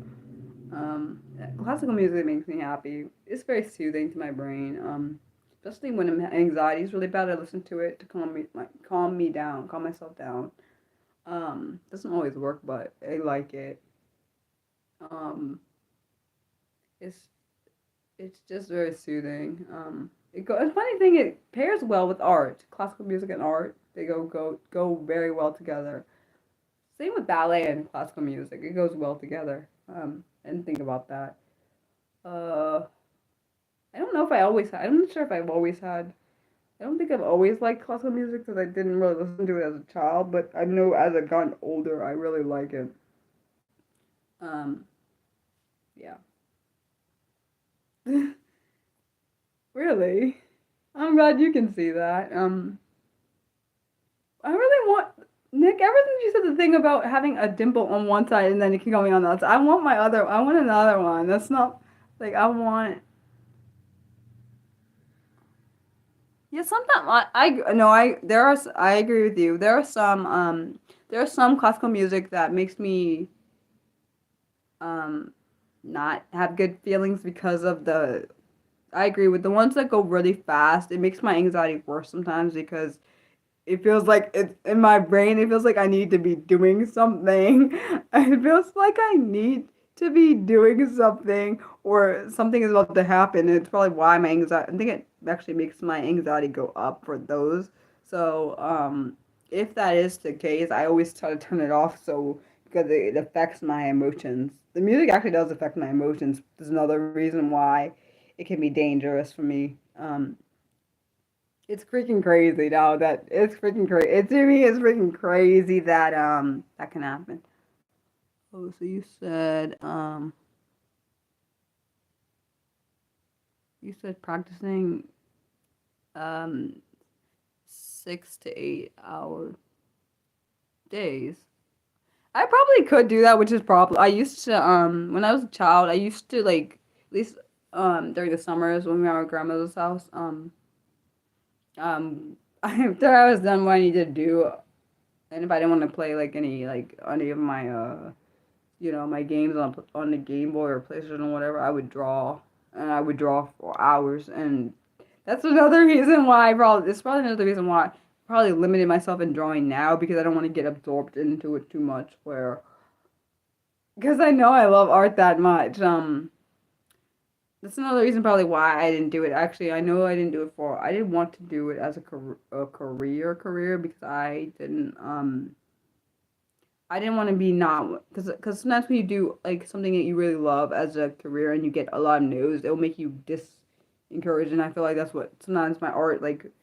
because it doesn't get the attention I want it to get, I get annoyed. So that's another reason I think my art. That's why I keep it to myself typically. Even though Mildred seems like it, which I really don't understand, but I know she likes it a lot, so I share it with her. Like I drew this drawing the other day. I think it was not. Was it last week? I don't remember when I made that one about it was the eye of a tornado. And I was like, I shared it with her, and she was like, put it up, put it up. She was because she got excited, um, and I was like, I've never seen anyone get excited about my art like this besides her, and so I was like, um. Because people say they like my art, but I never actually had someone like it enough to buy it. Honestly, she's my biggest. I would say she's my biggest online cheerleader. I told her this. Uh, like even when I don't believe in myself or my art, well, actually, I typically believe in my art, but I don't think my art is as good as. I don't always think my art is as good as she thinks it is, even though yeah.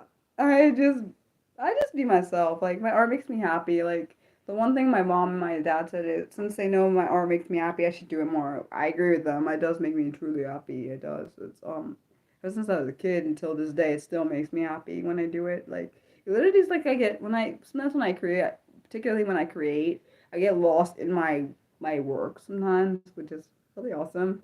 And with it not being a career,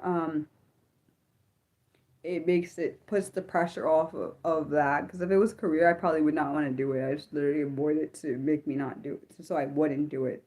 And that's the one thing I would never want. This is one reason I would never probably become like no professional artist because I don't want my art to become a thing I just do to get paid. Like that would be a problem because um not that people can't buy my art if they want to. That's not the problem. I don't have a problem with that. I have a problem with it being like physical because I've seen on enough freaking things with art. Enough things with art where the artist is like trying to get themselves discovered in crap and then not working and then them getting depressed and like getting a depression and like not wanting to do it anymore. And that's not what I ever want to happen with my art when it comes to my art. I literally would. I think I would kill me if I couldn't do my art. If I can do art, I think it'd kill me because I remember when the pandemic happened and I couldn't actually go and see art like I wanted to and there was no art out there. There was one time I used to watch this art stream because it was the only form of art I could actually get at the time, and I was like, honestly, if this world didn't have any art or ballet or any kind of thing, I think I'd probably not be here because I don't want to be on a world to me that means this will be boring to me. What the heck am I gonna have? Because those are two things I really both love. Those two things in particular I love more than anything. I not that I don't love helping and encouraging and supporting other people. I do, but those two things are two of my special interests. And if they're cut, I don't know what would replace them. Um, honestly, you sound like my sister. That's what that. You sound just like my sister. I feel like she'd say that. I remember that one. Made me think of that episode of Powerpuff Girls where, where the whole where there was this clown. I think it was called Billy. I think he was called Billy the Clown, but he ended up, they I believe, in that episode, like white and black paint spilled on him, making him into a mime. Like the mimes, the one who mime things and do the thing with the lack of expression or expressions or whatever. Um, in that Powerpuff episode where the town was painted, where they had to paint the town back to color, and no one could make any sound or nothing because the color was faded, and all the noise and all the music, everything that was lively was like bleak and not anything.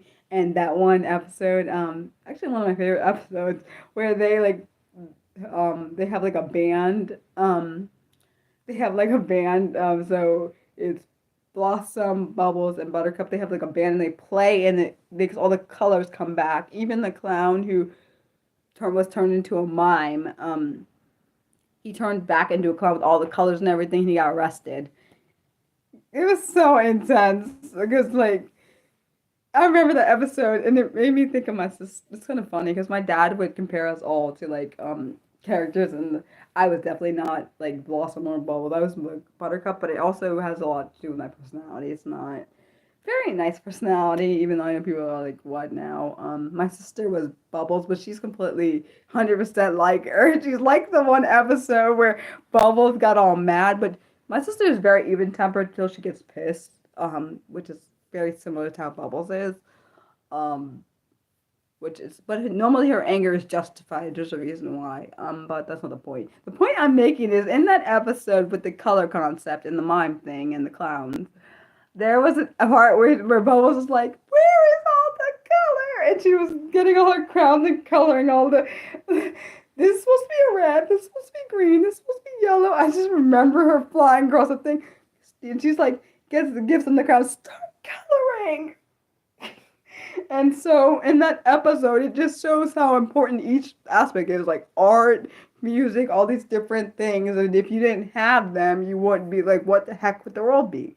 So it just made me think of that. You like Mojo Jojo. Funny thing is, I feel like Mojo wouldn't have been Mojo Jojo wouldn't have been Mojo Jojo if the Powerpuff Girls didn't exist. Even though Mojo kind of actually accidentally helped create them, because if you watched the whole series, there's a part where they show that Mojo used to be the professor's monkey, and so he when the professor was cleaning up his lab, they were trying to I guess they were trying to create girls or whatever. I don't know how they you exactly create girls back in the darn thing, but we know that he accidentally knocked into the chemical X, and that caused those girls to get superpowers. But let's be honest, we all know that using all the stuff that the professor made to make girls is not accurate because none of us were, well, no woman who was a girl was created with using spice and all that stuff, everything nice and all that crap. You know what I love? The episode where the Powerpuff Girls and the Rowdy Wolf Boys were like when they face off, even though they were created disgustingly, I ain't gonna lie. The way Mojo Jojo created the Rowdy Rough Boys when he was in prison on during episode was disgusting. But I understood what he did, but it was disgusting. It was. It was real gross. Like, cause he got like toenail clippings, like some freaking snails, I think. I think he also got like some hairs from like an armpit and some other stuff, and used a freaking toilet. It was disgusting. I'm not gonna lie, watching it as a child is disgusting as hell. I didn't even think about that, but now I'm thinking about it as an adult, like, what the heck? Yeah, I completely understand. They're supposed to be completely opposites. They were completely opposites. It was weird because, like, the girls had a crush on the guys couldn't care less. It was quite funny. But it's like ironic because they're supposed to be like five, I think, which is really odd. Now that I think about that 5-year-old having a crush on another. I don't even know how old the Roddy Rough Boys were, but it was weird. And the way the Rowdy Boys like exploded, whatever, was kind of funny because they just all they did was like kiss them on the cheek and crap, and it was too much for them, and they just like the little stuff they were made of like exploded, and then they just like were no more. It's ironic to me, interesting how Mojo Jojo made the Rowdy Boys, but he also accidentally kind of made the Powerpuff Girls, so in a way, isn't it kind of like he's fighting his own, each of the creations he kind of made, even though he didn't fully make the Powerpuff Girls, he just made the extra part where they had superpowers. I still don't get how. Wait a second. So is the darn toilet supposed to be magical? Because I still don't get how they have like powers like the girls did. Because they didn't have no special They didn't have no special like mixture. Is the toilet supposed to be like have some kind of mixture in it? Uh, like I don't quite understand that part. Um. Uh. Yeah. Favorite character. Let's see. Favorite character from Powerpuff Girls. I did not like him. He freaking scared the hell out of me. I ain't gonna lie. I swear to you, that thing scared me. I don't know if he's a crab looking. I don't know what the hell he is. He's like some thing with. I don't know. He has like crab looking hands. I think he was supposed to be like some kind of demon. Maybe that's why I was scared. Not gonna lie. Then his voice irritated me. I wanted to punch him. I'm not gonna lie, his voice got on my damn nerves. So high pitched. I was like, "What the heck is this?" And I was like, every time he would come on the scene, I'm thinking. I mean, I'm not saying I didn't. I liked his character. I didn't like him. I liked his character because he was kind of cool, which is kind of bad. I didn't like the bad character, but I did not like him. His voice made me want to punch him. I swear. I know it's not his fault, but that character, his voice made me aggravated. I liked. It's funny who I also liked was that gang Green Gang got that group. I like that one too, which you're not supposed to like. Oh, well, that's not fun. But there were so many different episodes. Remember that one where they had like it was like only nighttime. I forgot what freaking happened. I forgot. It was that's what it was. It was a disco ball covering the sun, so it made it nighttime. It was like and then the boogeyman came. See, hell nah. Hell no. Hell. See, Pop-Up Girls boogeyman was nowhere near as bad as that one book. I swear, I don't know what that movie is called. That movie where I swear to you, I don't remember. It's from the 90s, and I really don't remember it. It freaking terrified me. I literally can see what the guy looked like in my head. It's actually really terrifying. It was weird because the guy on the movie for the boogeyman thing, he was all normal, and then he started turning into the boogeyman, and I didn't get why he was turning into that thing. I literally still don't get it. Like, why was he turning into a boogeyman? You see, the thing is, like, when you first watch the movie, he's all a sweet guy, and, like, I don't know if something happened that caused him to turn into that boogeyman thing. Like, does anyone know? Does anyone from the 90s know what I'm talking about? Or born, that lived through the 90s like I did? I'm a 92 baby, by the way. I'm born in 92. But I don't get it. Does anyone know what I'm talking about? It came on a Halloween time, and there was this black guy, because I can't remember his name either, damn it. Just some bull ass. There was this black kid. He was a kid or teenager. It was weird. And I think it was a Halloween movie. I literally don't remember what the damn movie was called. Um he had his eyes were fine at first, and then they turned into this weird looking, like, pinkish looking, colored looking eye thing. And his hands were fine like this, and then they started growing nails real long, and he was turning into some boogeyman. I literally don't. I gotta believe I can find that name. It's literally bothering me. It's bugging me. Let me see if I can find it. Boogeyman movie from the 90s. Let's see. But why did I thought something gonna say like, no, it's not from the it's not from the it's not from there. Boogeyman movie. It was on Disney Channel. I don't remember what the damn. No, it definitely wasn't. It was on Disney Channel, and it was not animated. I don't remember what this freaking movie is called. On Disney Channel. Hold on. In the 90s. I gotta find. It's driving me insane. I literally can't figure out what the dang movie is called. It's pissing me off, and I don't like when things make me annoyed. Oh yeah, and also the thing about Megan Meyer. Remember I was talking about that. I think it was last week. She actually was born in November of '92 and died in October of 2006. And the person who was the perpetrator, the person who catfished her, was her actual name was Lori, not her mom's name was not Lori. I remember that too. Let's see. Let's see.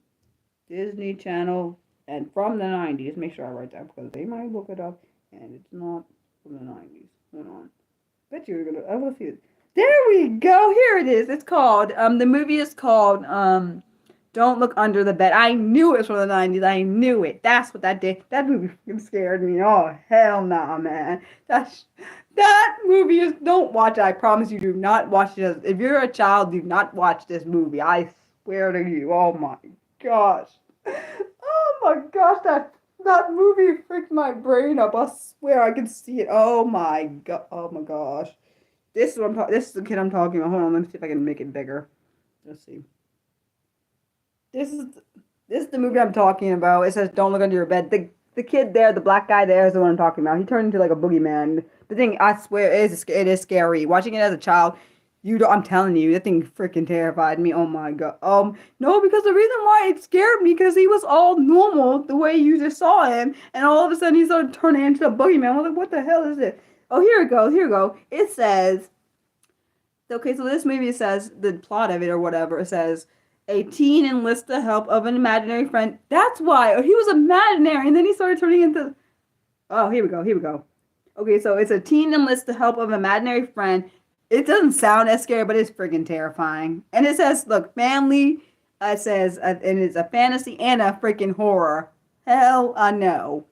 Hell no. It was scary for me. I don't do horror. That's why I don't like horror movies. Like the first horror movie I think I saw either was Carrie or Chucky, and I hate that damn movie. I freaking and also Sixth Sense. That shit is like don't watch. Do not watch Sixth Sense. I'm never watching that ever. I still don't like it to this day. Cause and also doesn't help that I already see things. So not like dead. I don't see things that are dead. But I'm saying I have problems with seeing things. I'm not playing that game in my life. No, thank you. Well, you probably like horror, Nick, but I don't like horror. That's not my. I hate freaking horror, which is ironic because I like true crime, and you probably would think I like horror, but I hate horror. I don't like. I don't think. I don't know. I have to look that up. Thank you, Brad. I'll look it up. I literally don't. I don't know if I know what that is. Hold on. I used to watch that show, but it's also a true. Technically, it's a true crime thingy. The show I used to watch this show called 1,000 Ways to Die. Oh, hello. Oh, I got someone to tweet it in here. Let's see. You said Outer Limits. Let me look. I don't know if I know. I don't know if I've seen that. I gotta look it up, Nick. Hold on. Give me second. Second. I didn't. That sounded weird. Hold on. Outer Limits. I don't know if I've heard. This is from This is from '95. I don't know. I don't know if I was old enough to see this. Well, actually, no, this is from the '60s. What? Wait, from the '60s or the '90s? Because it says one says the '60s, one says the. This one says from the '60s, one says from the '90s. Which one? Because there's two different ones. This one there's a they're both sci-fi, and also one says one had on 2 seasons. Oh, the '90s. I don't know if I've ever seen it. No, I don't think I've seen this before. What's it about? Okay, actually, technically, I can see what it says it about. No, I don't think I've ever seen this one. I used to watch like Angel, and I never really watched Buffy like that. I know of Buffy.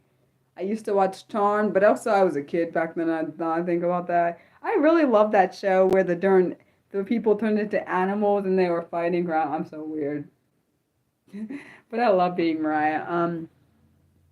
Used to watch it. I used to watch X-Men. X-Files. I used to watch that. What's the X-Men? I didn't watch X-Men like that. I watched a lot of things. I didn't realize I watched so many things. I sometimes wish I was born in a different decade, but then I realized if I was, then I wouldn't be Mariah. I wouldn't even be like, I wouldn't even be born to my parents if I was born in a different decade, which is kind of interesting and sad. Both interesting and sad. Because I don't feel like I fit the generation. I don't know if I always feel like I fit in the generation I'm in. Not sure if I fit younger or if I feel like I fit. Sometimes I feel like I fit. Actually, no, I feel like I fit older sometimes, and sometimes I feel like I fit younger. It's ironic. It's like a weird thing. But yeah, you said you used to watch that as a kid. On the second TV. Oh, I love that. Um, I don't know. What's my favorite? What did I say my favorite? I'm not surprised you fit into that. I don't know. I feel like, but I also, sorry guys, I saw that reconnect. I was saying, I don't know what generation I'd fit in well. I don't think I'd fit in well in the 50s. I probably would have been killed then. If I fit in the 1800s or the early 1900s, probably not. I'd probably been killed because I would have been outspoken and got myself murdered. Um, because black people didn't have many. Let's be honest, back in those days, black people probably didn't have any rights at all. So yeah, I probably definitely wouldn't be here. I don't know. I feel like, and then I also feel like if I grew up in a different time period, I definitely wouldn't have, which makes me upset now I think about it. I would definitely wouldn't have probably dated I wouldn't have been able to date my ex because stupid laws of the stupid time wouldn't have worked out because of how interracial dating and interracial marriage and how they had the law against you can't date or marry someone back in the day, at least back in the day, they didn't have a law passed where you could marry someone of a different race and not get arrested. Because that's what the law of the Lovings, because they were a white and black couple, which is some bullshit that they have to actually have a law about it because people actually are freaking hateful. I'm trying really hard not to get angry. Um, when it comes to that, I think they're both dead, unfortunately. But I saw their movie. It was really good. The movie about them. Um, but it was sad. Uh, and that's in Virginia, where my ex lives in Virginia. So like, just think about that. I live in Maryland. He lives in Virginia. Like that actually, I can't believe that freaking crap was actually a freaking rule. Like you can't be married if you're married. Like though, I remember watching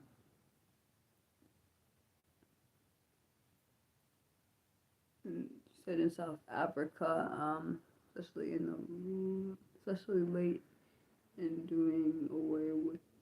Well, that's sad. That's sad.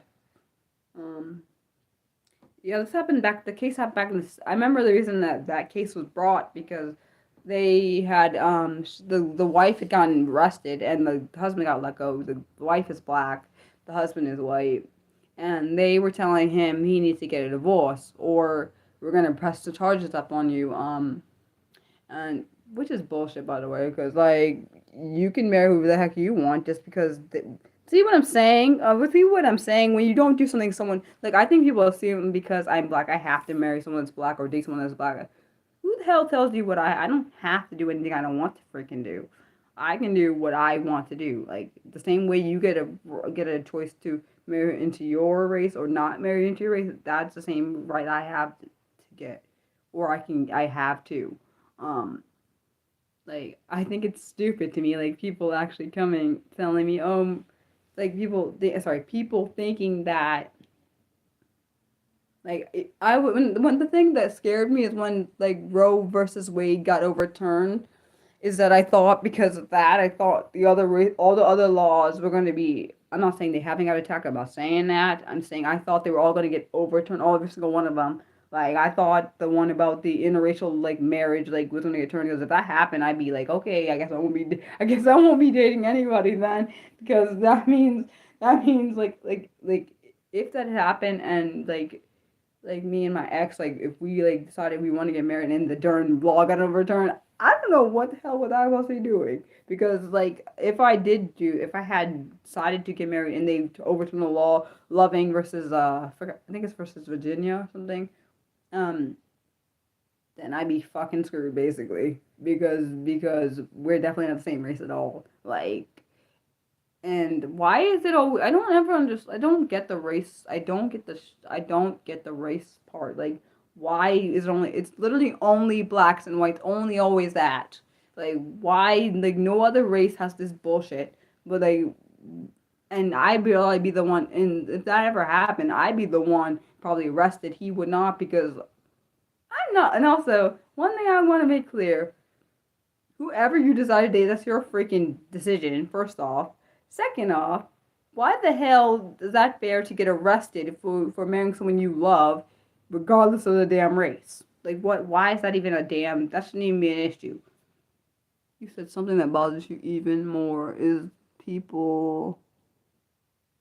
Oh, sorry. People who think nothing of telling other people what they should do is the same people that do. I agree. I agree with that statement. Um, in that situation, yeah, but the thing is, that's what they did. They got married in a state that was legal, and then they came back and they got the reason, they literally, it's the reason they moved out of that state because they got married out of the state because of this crap. And then when they went back into the dang state, they had, they both got arrested on charges because they were married to people that were not of their race, which is bullshit, by the way. How do you go arrest somebody? That's pretty damn ridiculous. Now I could see if one did something to the other, that's completely more doable. But literally because they're race, and people that come on here saying, "Oh, Mariah, let's talk about," I can talk what the hell I want to talk about. I can talk about anything I want to. Um, I've always been for interracial dating, but that's probably because I like dating outside of my race, even though people are like Mariah. I know people are like probably like, Mariah, why the hell you want to do that? Because I want to, and I like it, and I don't see nothing wrong with it. Um, but And also, I don't typically date based on the color of the person's skin. Is stupid as hell if that's what you do. Like you just date someone because they're black or because black people are black. Well, people of my race can still hurt people, and also people don't typically fall in love based on the race, but based on the qualities of the person. But I might just be biased, but I don't know. I've always been for it. I get excited when I hear of when I see actually no I get excited when I see shows and movies that have interracial couples in it because that's what I aspire to be. It doesn't even have to be it doesn't even have I don't even have to be I don't even have to marry a white person. I can and I would love to, but I don't know that. I've never thought I was gonna marry. I've always told my parents I don't think I'm gonna marry into my race. I don't, not that they would ever. They don't have a problem with me doing not doing that, but then they say they only concerned because of the treatment that I might get. Because let's be honest, we all know that there's certain kind of treatment people get because they don't marry into the race. Let's see. Let's go with a present example. Tamara. She married a white man. She's also half white. So why is this an issue that she married a white man and her sister married a black man? She's both racist. She's not just one. And even if she was just one, what the hell is that their business? Her parents were one was black, one was white. What the hell is the problem? Like she's not betraying you because she wants to marry someone she loves. There ain't nothing wrong with what she did. I never understood. I still don't get it. Like why is she getting all this hate for something she loves the guy? Now, if I could see if the guy treated her wrong, that's completely not the same thing. But because she married someone that's white, what the hell's why is that an issue? Like the same way she has a choice between who she married, you got the same choice. And but you don't have a right to speak on someone else's like marriage or situation. If they want to do that, that's their choice. I mean, you can be there if something happens, but that's about it. But I'm also biased again. Like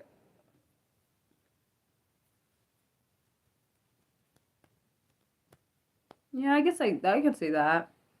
And also, even if we don't agree with it, that's her choice, and it's between her and God and the person, not anyone else's. Like, um, I do suspect people will look at me like Mariah, like they always assume, like they look. I'm sure they think it, but I don't really give a fuck about that. Like they're probably like Mariah, why'd you date a white person? Because I wanted to, and he's a good guy, and like I don't see what the problem is. Like even if it was a black guy, I'd still date. Whatever. It's not even like I liked all different races, so it's not like the thing is I'm not gonna pick someone. I'm not gonna marry someone just because they're my race. I mean, if that happens, it happens. But I'm not gonna marry them just because the race has to be other things entitled to that. I mean, included in that, because like they could be my race and be a shitty ass person. I'm not dealing with that. Who the hell says that? Like one thing I did, that's the one thing I definitely want to make sure, like, before, if I ever get married, which I hope so, I really want to. But the thing is, I want to make sure that I have a lot of the stuff I need to worked out, like my mental health, my eating disorder, like a lot of different things. I'm not just gonna, I would never just jump, at least I would hope I wouldn't do that, jump into a relationship and like be with that person for like a month and then just get married randomly. Hopefully I wouldn't do that. I know people do that and it works for them, but hopefully I wouldn't do that because I'm not saying you can't notice red flags, but typically you have to spend time with that person. They have to be around people that you engage like with, like you are around, because typically the friends can pick up on crap you don't see. Because typically when you're in love with someone, you don't see things that they would see, and that's the one thing I make sure that happens. Like that probably would have happened with my ex if he had met my family. They probably would spot stuff that I didn't see. Uh, I do one thing my parents always say, particularly my mom, and they have every right to say this, is one thing you have to say. I don't honestly, I don't really want to put myself out there. I don't, I know I shouldn't say that, but I don't really want to because I don't want, I'm just terrified, but also I don't know if I can because I really can't. Like, literally, I told my ex, listen, I told my ex and he knows this. He's literally like, it's weird because I've never in my whole life, out of all the relationships I've ever been in, I've never had a dream about a person meeting my family ever in my whole entire life, even with the other two before my the most recent ex. I've never ever ever in my whole life. I think it was weird, but the dream did not go well. So I'm like, what the hell is this? The dream didn't go well because I was put in the middle. My family was saying one thing, the ex was saying the other thing, and I'm like, what the hell? And then they both looked at me like, what the? And I was like, I said, I gotta get out of here, and I started walking out. Went towards the door, and then my ex like was coming behind me and thinking, what the fuck is this? Like, I gotta get out of here. Like, I got to. Like, you can't put me in a situation where you're both talking about something, and then you look at me. What the hell? How am I supposed to answer? Because either way, I'm freaking screwed. If if I don't want to, I think. Well, for me, I don't. It's not. I know you're not pressuring me, Nick, and I knew that. But because I've had so much, how do I say it? I've had a lot of trauma, emotional, mental, some to do with not the ex of four, my most recent ex. I had a lot of trauma there, emotional and mental. I don't want to go through that again. And I don't honestly. I feel like instead of me trying to force something to happen, and I definitely will never do online dating again. Um, That has to do with the ex of four, my most recent ex. He fucked that up for me, so I ain't doing that ever again. He like screwed that crap up, and no. So, um, one thing I wish I had met my most recent ex before I met um Jeremy, which is the ex of four, the most recent ex. I wish I met him first because went through all that crap, and I still, honestly, I know I'd still probably be friends with. The reason I don't say his name on here because I don't want anyone like going trying to search for him and all that stuff. He deserves his privacy, and that's why I don't say his name. I say Jeremy's name because I don't give a shit about him. I'm not trying to be mean. Not that you could find him anyways, but yeah. Um, and I'm not trying to bash on anyone that has the name Jeremy. Just be careful, clear. That was just his name. Even though, and I also like the name Jeremy, by the way. Um, so you said, well, I don't know. I just don't feel like right now. I don't really feel like I want. I don't feel like I feel like right now I don't really want to invite anyone in my life because I don't want to deal with shit that I don't want to deal with. Like, because a lot of people sometimes, unfortunately, it's the truth. People bring their shit in, and like, I already have enough baggage of my own. I don't want your crap invading into my life and then I have to deal with that crap. I'm not saying that I wouldn't be there for someone if they needed me as a friend, but to put extra crap on me when I already have some stuff happening, that's not fair. Another reason why I think, actually, I know that's the reason. Um, that's another reason why I won't like get back with my ex, or if he wants to get back with me, I don't mind that, but I won't get back before that because I know that I put a lot of emotional trauma on him, which is not fair. As freaking all, he's not my damn therapist, and I realized that. Sometimes in our relationship, I would do that on accident, and it wouldn't. I felt freaking horrible doing that, and it's because I have a lot of emotional trauma, a lot of it, and sometimes I unburden it on, and sometimes it just comes out randomly. So,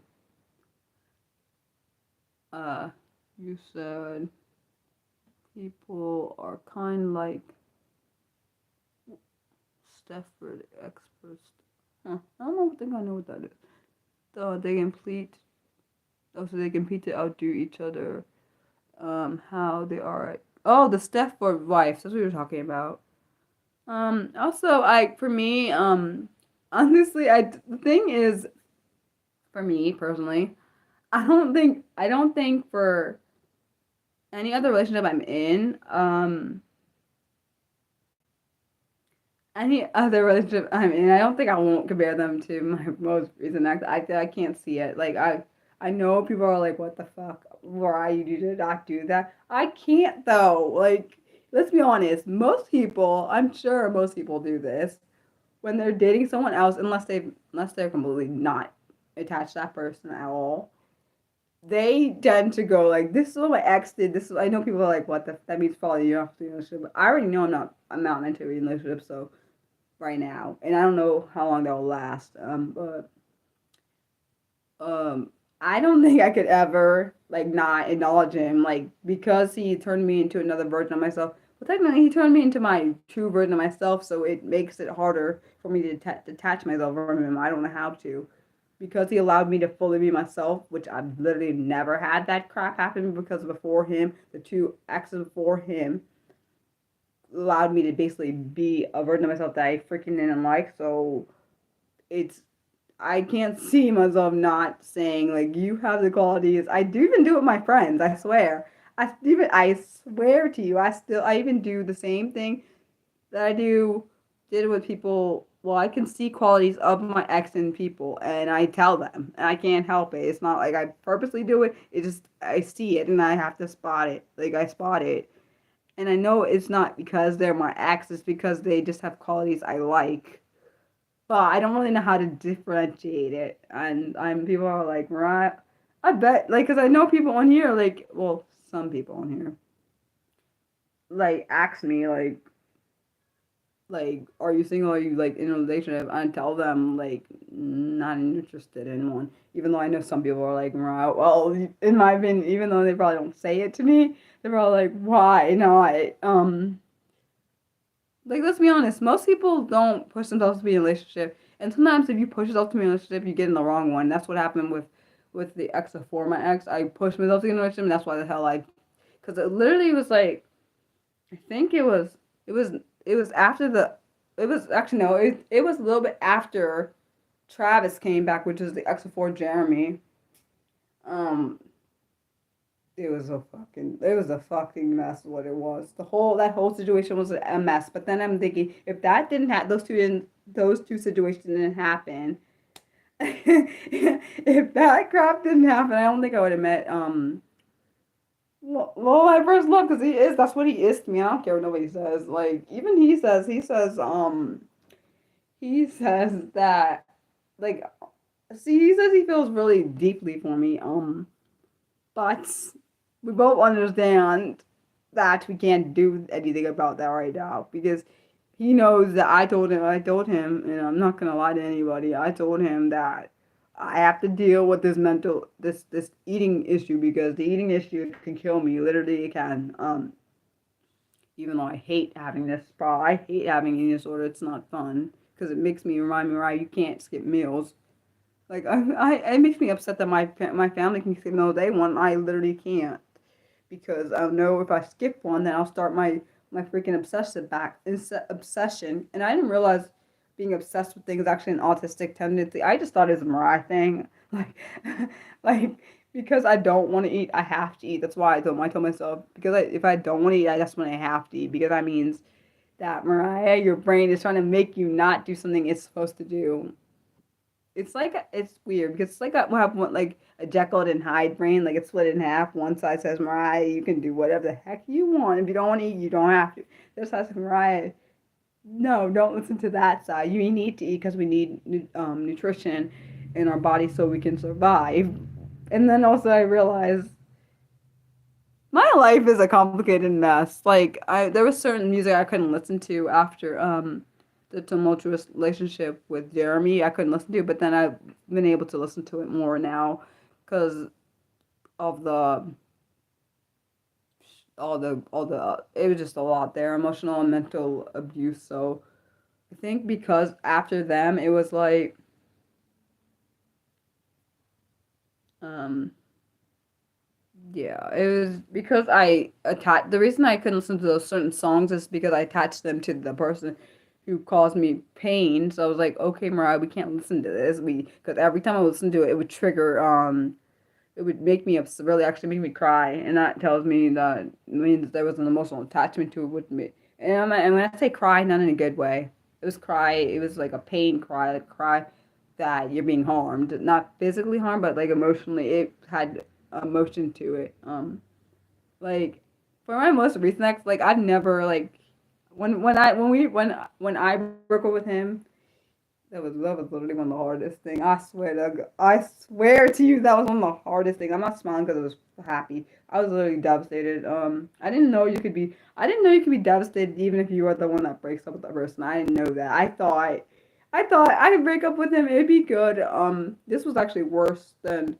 It was as bad as like when I lost my grandmother. In my opinion, it didn't have a mental break like I almost did when my grandmother died. But it was a grief. Like I never know you could have grief like that. I thought that was only reserved for death, but I was wrong. It was not.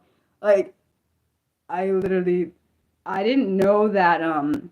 Yeah, I never thought about it like that. I just thought when you break up with someone, like because the other ones weren't that bad compared to that one. But then I realized probably because my emotions were a lot deeper for him than with the other two.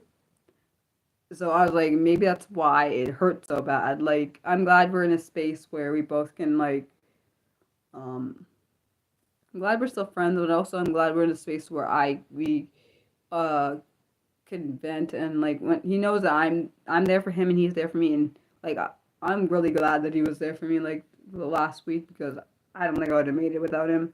Actually, I know 100% I probably wouldn't have made it without him because one thing I do tend to do when I'm grieving any kind of loss, particularly when it's a death, um, I push everyone away and if I had done that, that would have been a problem because and the thing is, particularly when I'm grieving a family member's loss, not that I haven't grieved any other loss, but that particular reason, I told him, I remember texting him because I texted him.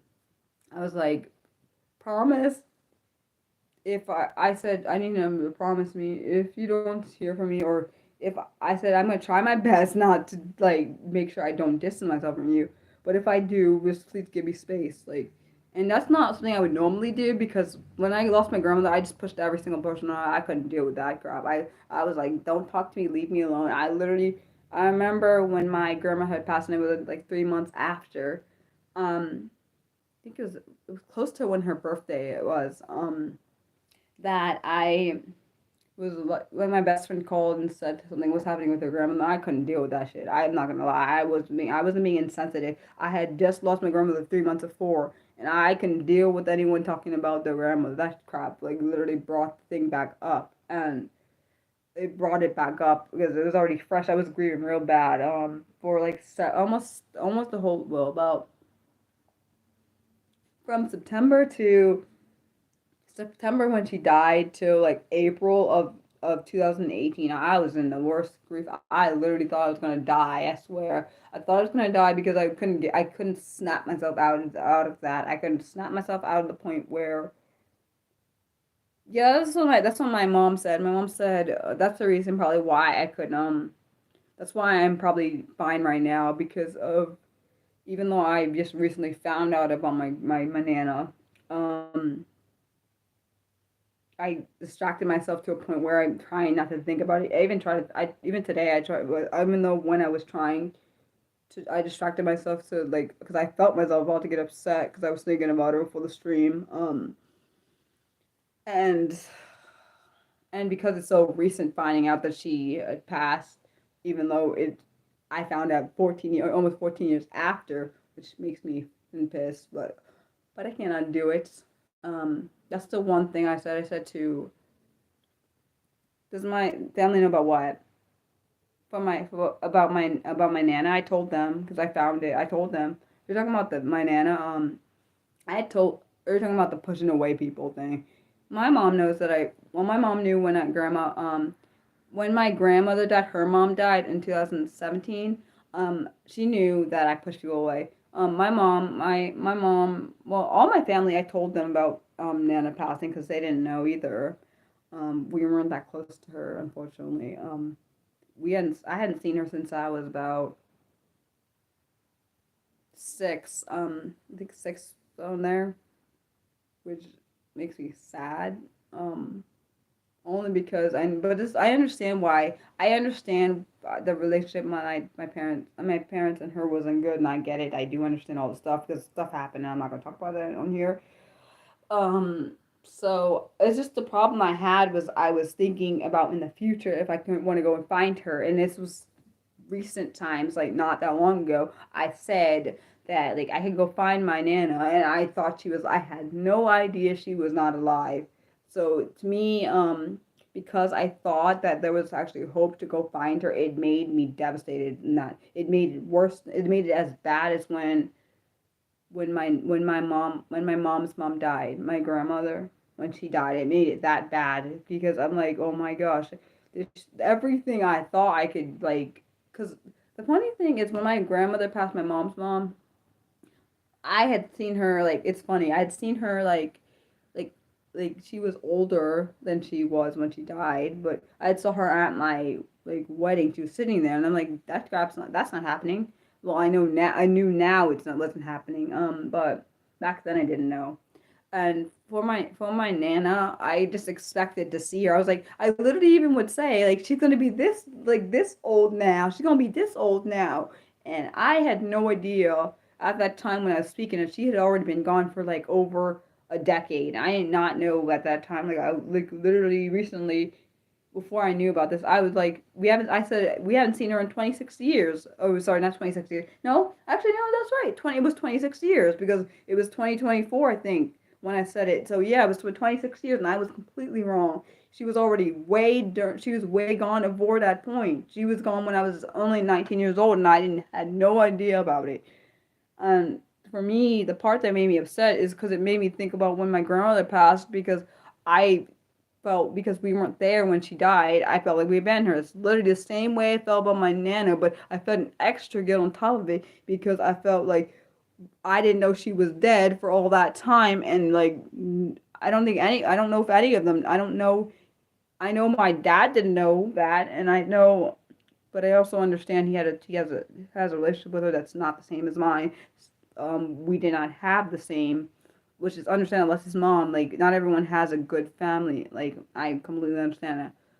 And my mom didn't understand why I was upset, but at the same time, that's not the same. It's for her. She had a different relationship with her too, so I can't say that. But the reason it hurt me so bad is because it reminded me of when my grandmother passed, and I was like, I felt as if she probably thought, oh, my grandkids abandoned me, my son did, all their family abandoned me, like even though it technically it was kind of her fault that it happened. It was her fault that all this happened. It was that we didn't have a communication where that she caused stuff to happen, and which I will go into detail, and that's why we didn't have contact with her.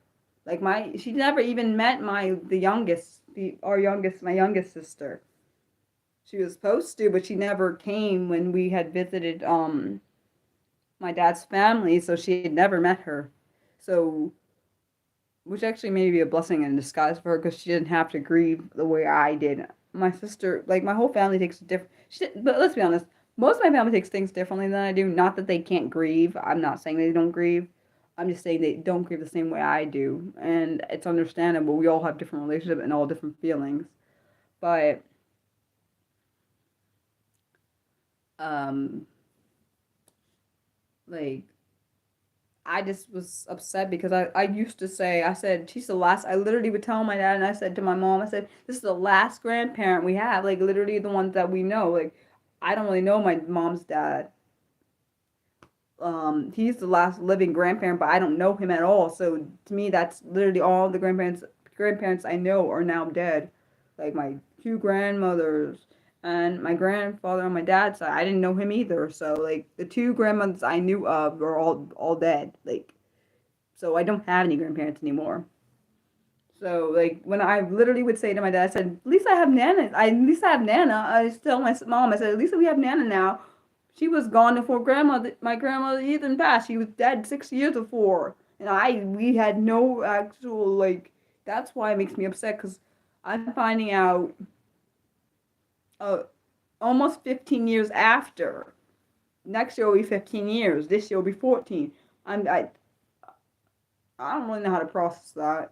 It's really difficult to process. Hence why I needed to talk to my ex about it, because like I knew talking to someone outside the family is better than talking to someone inside the family, because my mom didn't. I understand why she didn't understand, because she said I didn't really know her, but it's still my family. And the way I said to her, it's still, even though I didn't know her that well, I knew of her and I remember what she was like. I remember she may not have been the best grandmother, but she's still part of my family. And I thought I had, and then I told her I thought that I had a chance to see her again. Like I just thought that, because, and I thought maybe we would fix some of the crap that some of the stuff she caused, and some of the stuff that we didn't really have a relationship. So I thought maybe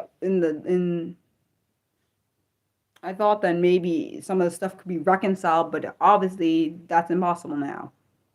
Um, and I really did not think I'd talk about this on camera. And the funny thing is, hopefully my best friend doesn't watch this. I don't want her to watch this. I'm not telling her about it, so then she won't watch it.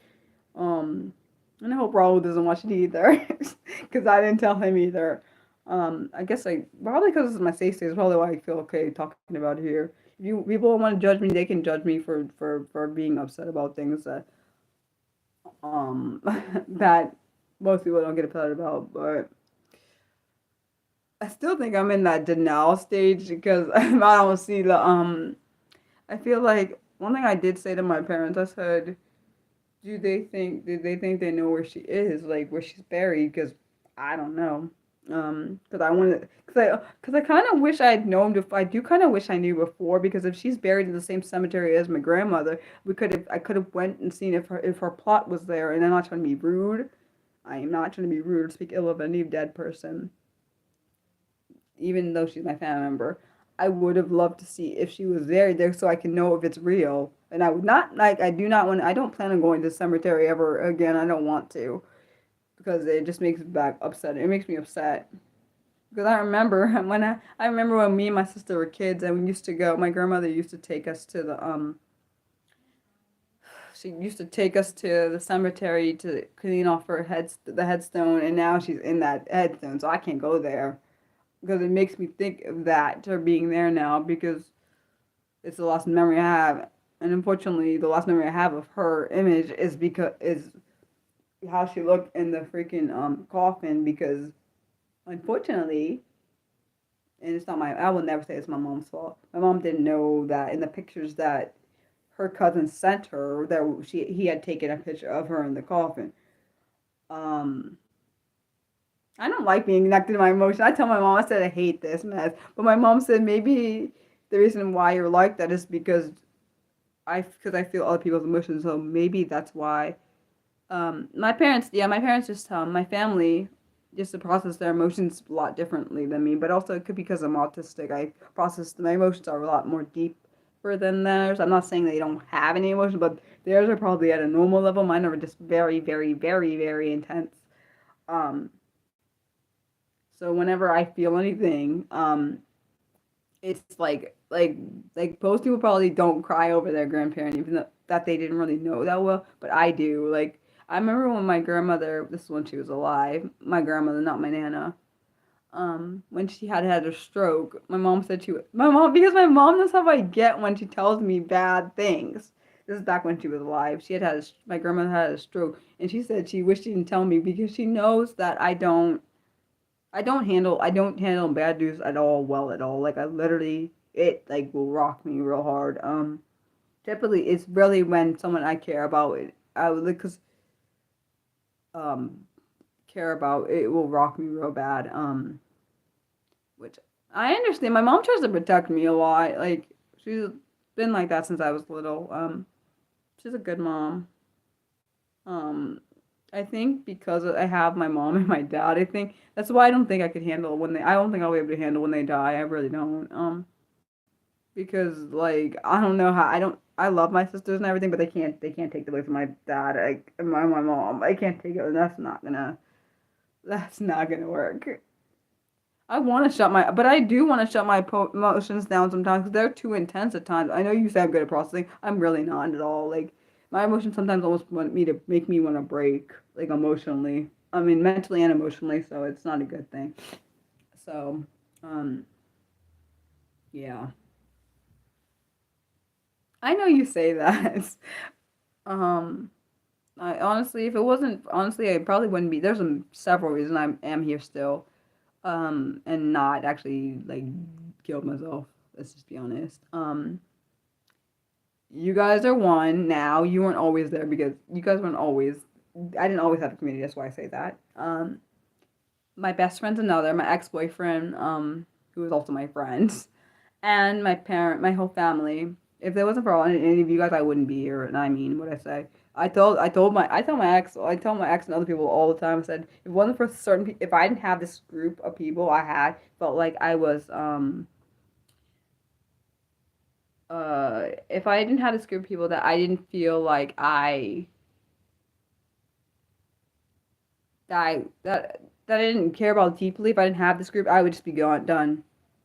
um I would just be done. Like I tend to alienate myself when I feel strong emotions, particularly when it comes to grief. I just like I can't. I see if it wasn't for my ex, I totally would have been in the corner of my room because that's what I went when my grandmother died. I went in the corner of my room and just sat there and cried and cried and cried and cried and cried, and I couldn't get out of that spot. I couldn't. It's like I was even though I was alive, I felt like I wasn't alive. Luckily, with this one, with my grandmother passing, even though it was my nana passing almost 14 years ago, um, I grieve. I still feel like I grieve at points. I try not to. I just try and make sure I don't think about it, so then I won't cry. It's the truth. I've been doing that because I don't want to cry. I told myself, Mariah, when we cried a lot from those 3 days. I don't know if I can because my body can't take all that crying. It was worse than when my grandmother passed. I swear to you, it was worse than my grandmother passed, and I know why it was worse. Because it was two deaths on top of each other. I had my great aunt.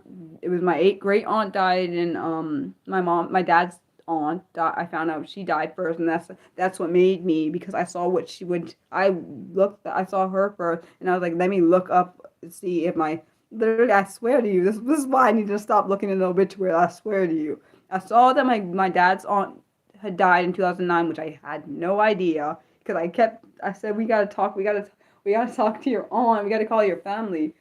He doesn't ever want to do it, which I understand. He doesn't have a good relationship with them. It's fine, whatever. But then I was like, let me look up to see if my nana's alive. I mean, look, and I did not. I swear to you, I swear. The only reason I looked because I didn't. I would have found her earlier if I had known to. I would have found her exactly right after I would have found her right after my grandmother passed. If I had known what her actual, if I had known her last name, I probably would have found her for. I would have found her, and that would have killed me probably. I swear, probably. I probably would have offed myself. I swear, probably. If I found her right after my grandma passed, I would have been like, this is too freaking much. I wouldn't have been able to deal with. I'm not playing. I probably wouldn't have been able to deal with it. I suspect that God, because I asked God, I said, why didn't you allow me to find this earlier?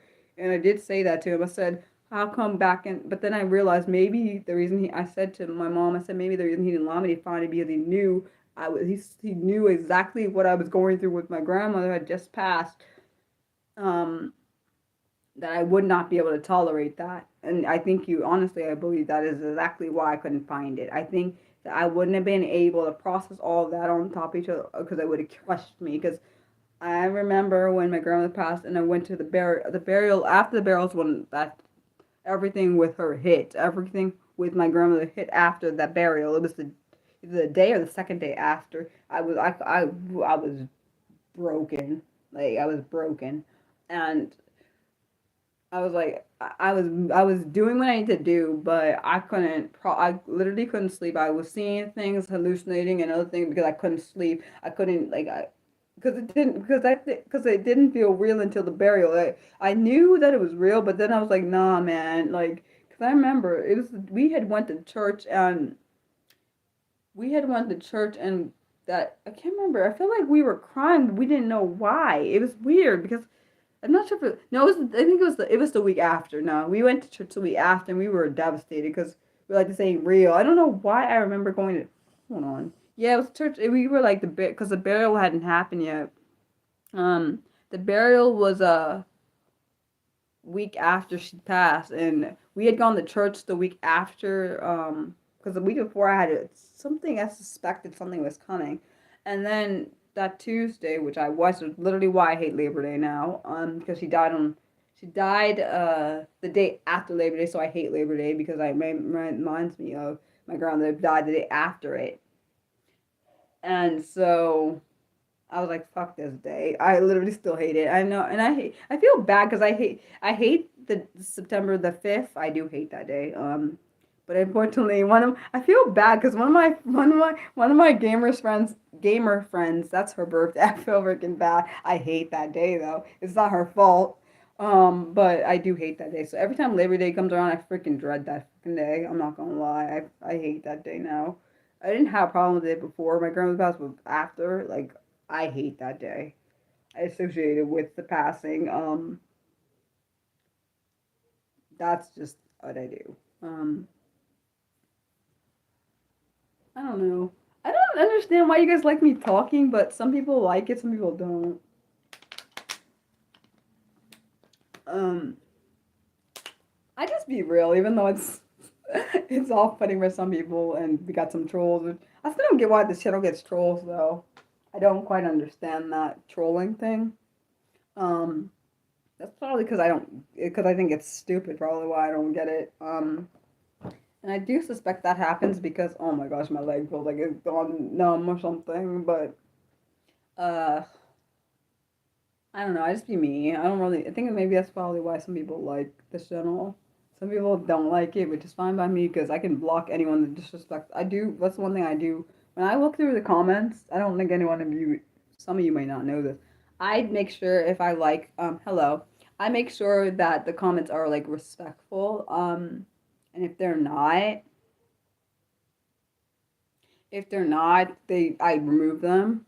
If they're hateful or rude, I remove them. Um, if I'm not doing anything for that. Uh, back to saying. Um,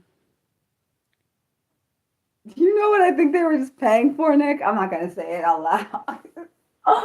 Oh my gosh, is that really what like the stories I tell? Funny thing, for any of you that don't know, I tell my ex sometimes of stuff that happened in the stream, particularly stuff when it involves him. Like I did tell him about that person, that dickhole person. God, I'm sorry, he deserved me to say that, even though I shouldn't have said it.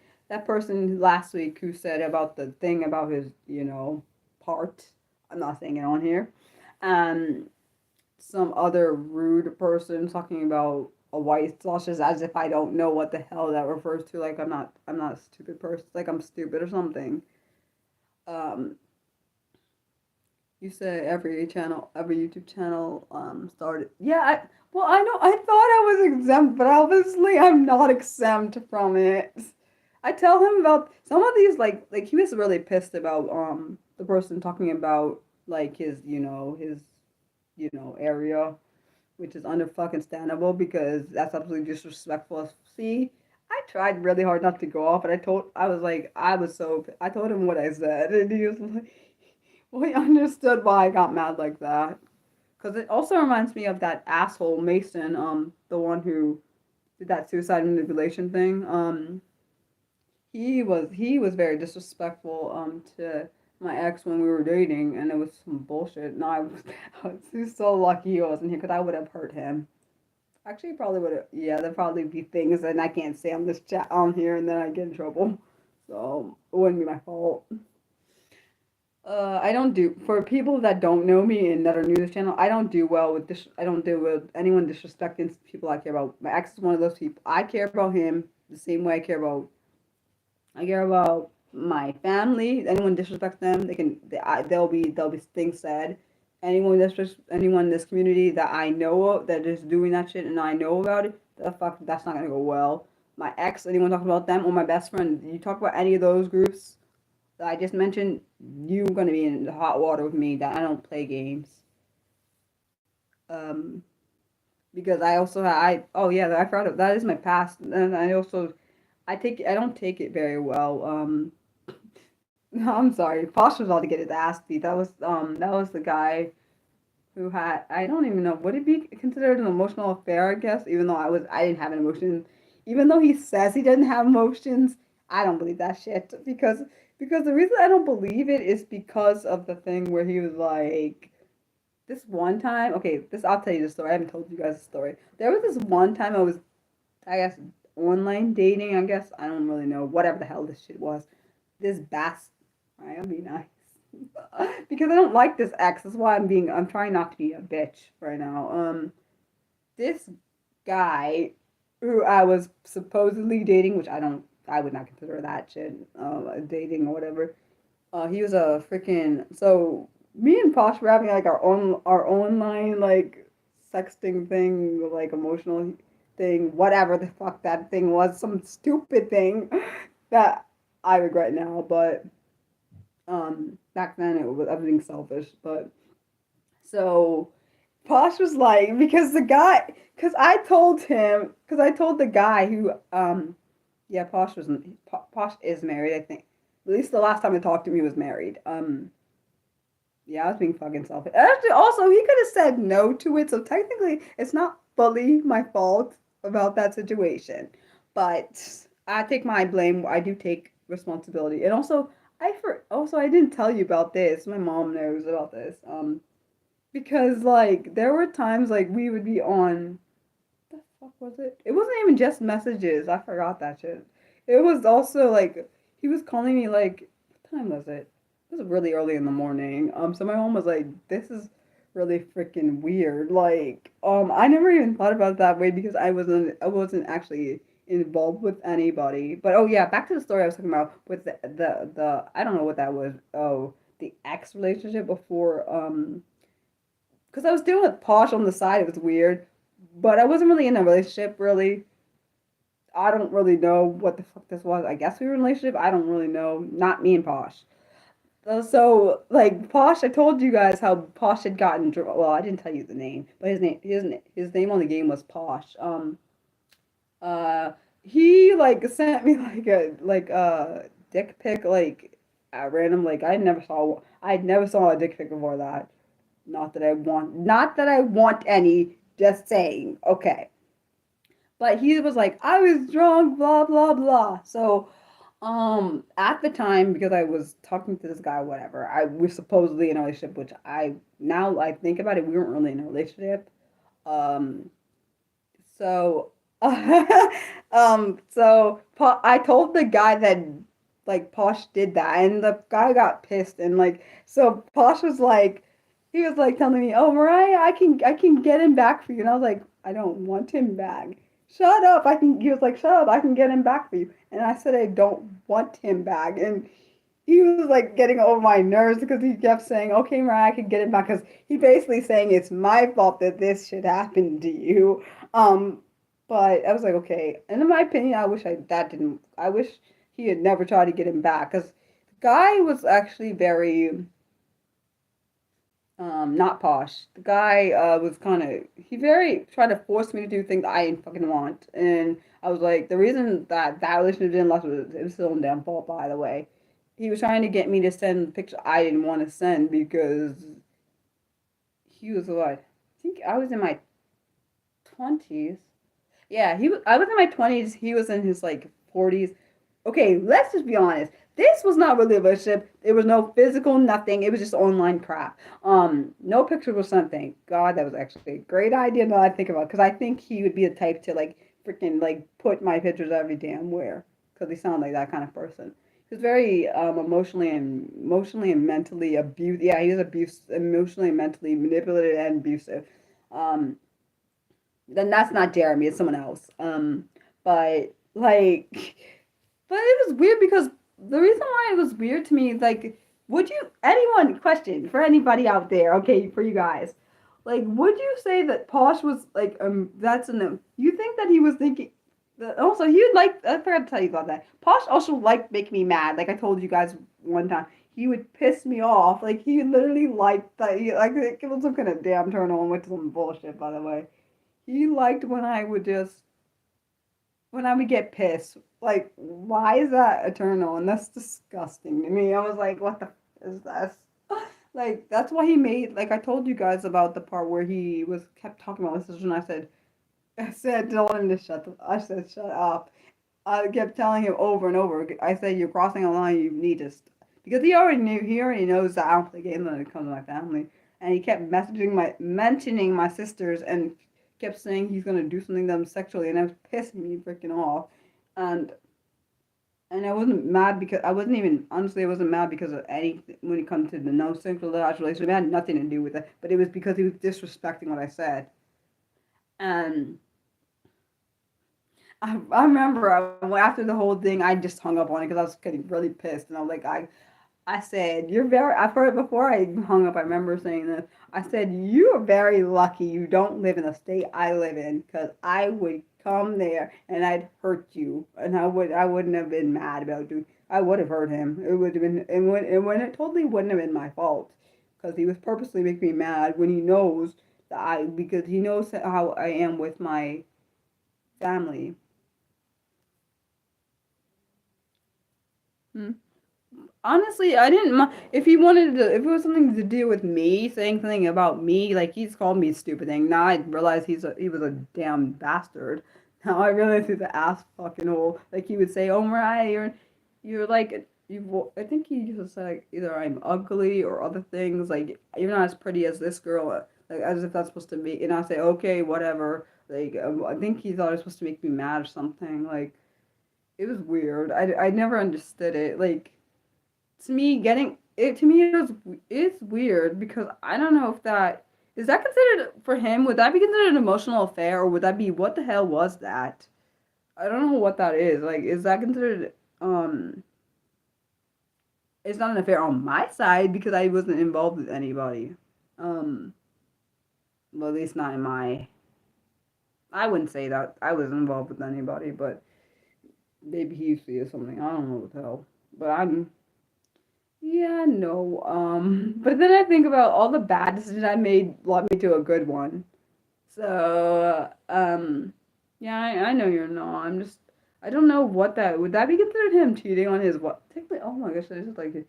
I did. The thing is, I would. So it's weird because I would have moments where I'd clip clarity and realize, oh my gosh, I'm kind of making him cheat, even though I'm not trying to do that.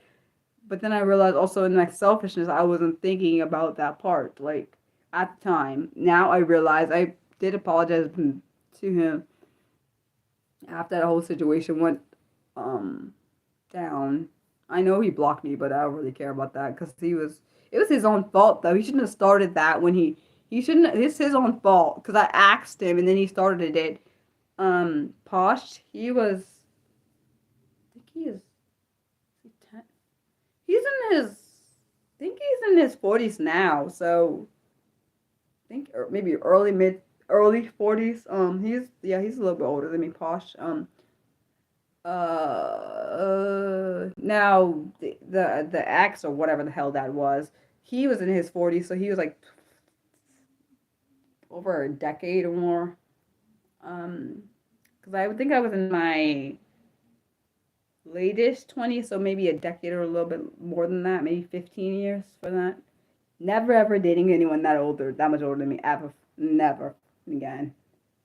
I noticed. Funny thing is, all the older guys that I've ever dated or whatever, or been with or whatever, they all were shits. All of them, like all of them.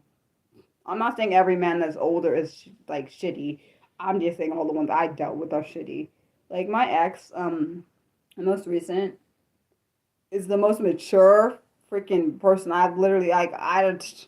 He should switch places with them, but I guess obviously maturity doesn't come with age. I thought it did. Like hell, no, it doesn't. Um, you said. See, I feel now. That's what made me feel bad. Also, honestly, I felt bad. I would never. I did one thing I'll tell you. I did. My ex knows all about this. Like I told him all of the stuff that because I didn't want to go in. Literally, out of all the relationships that I've been, I didn't say I didn't lie to the others or anything. But I told him because all this stuff happened before him. I was like, this I did all this stuff. Like I told him like, oh, well, this also happened when I was really sick. I thought I was dying. So but it's not fair because he was taking advantage of that. Posh was no, because and the reason I know he's taking an advantage now I think about it is because because he would like Raya, he would be telling me like send him like some like sexy pictures or whatever. I only did that one time when I was freaking drunk, which I really was drunk. Um, but I wasn't nude. But yeah, that was a that was a mistake. But I hope he didn't save that because that's creepy if he did. But I wouldn't know because he blocked me, so I can't say. Um, like I don't know. It was all my friend. It's all my friend Ryan's fault. Because if he didn't let me if he didn't let me understand my sexuality, this wouldn't be fucking the thing. None of this stuff would have ever happened. Like, just kidding. It's not really his fault. But he kind of exposed me to he kind of opened me up to myself. So, I don't really, I don't know if I'm ashamed of it. I just kind of, it's confusing at times. Like, because I'm very reserved. Well, most of the time I was very reserved. I'm like, what the hell? I'm sorry for anyone that looks down on me because of the selfish decision I made. But I'm just being honest. Because I know my decisions can impact other people's lives. Uh, um, yeah. My selfishness is like I literally thought it. I thought I had broken up a marriage. That fucking scared me.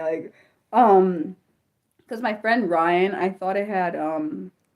had thought that this is not true though. I thought I had broke up his marriage, but luckily, thank God I didn't. He told me I didn't. This is when I don't know. I don't think honestly I wouldn't consider us friends anymore, but because it was weird because he had left the game and I thought because of something I said caused it, but it technically wasn't my fault because he kind of started this crap with me first. Um, there was no picture or anything. This was through game contact when we used to play a game.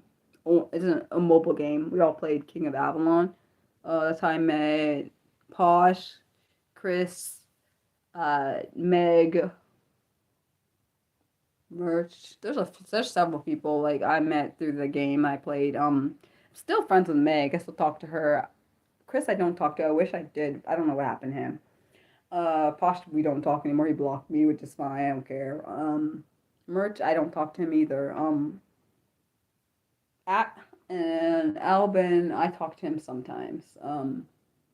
I do wish I could talk to Dubs and like and like Sophie and there are some people I really liked in the game. There are some I freaking hate. Unfortunately, one of the people I don't like has your name, Nick. It's not your fault you have that name.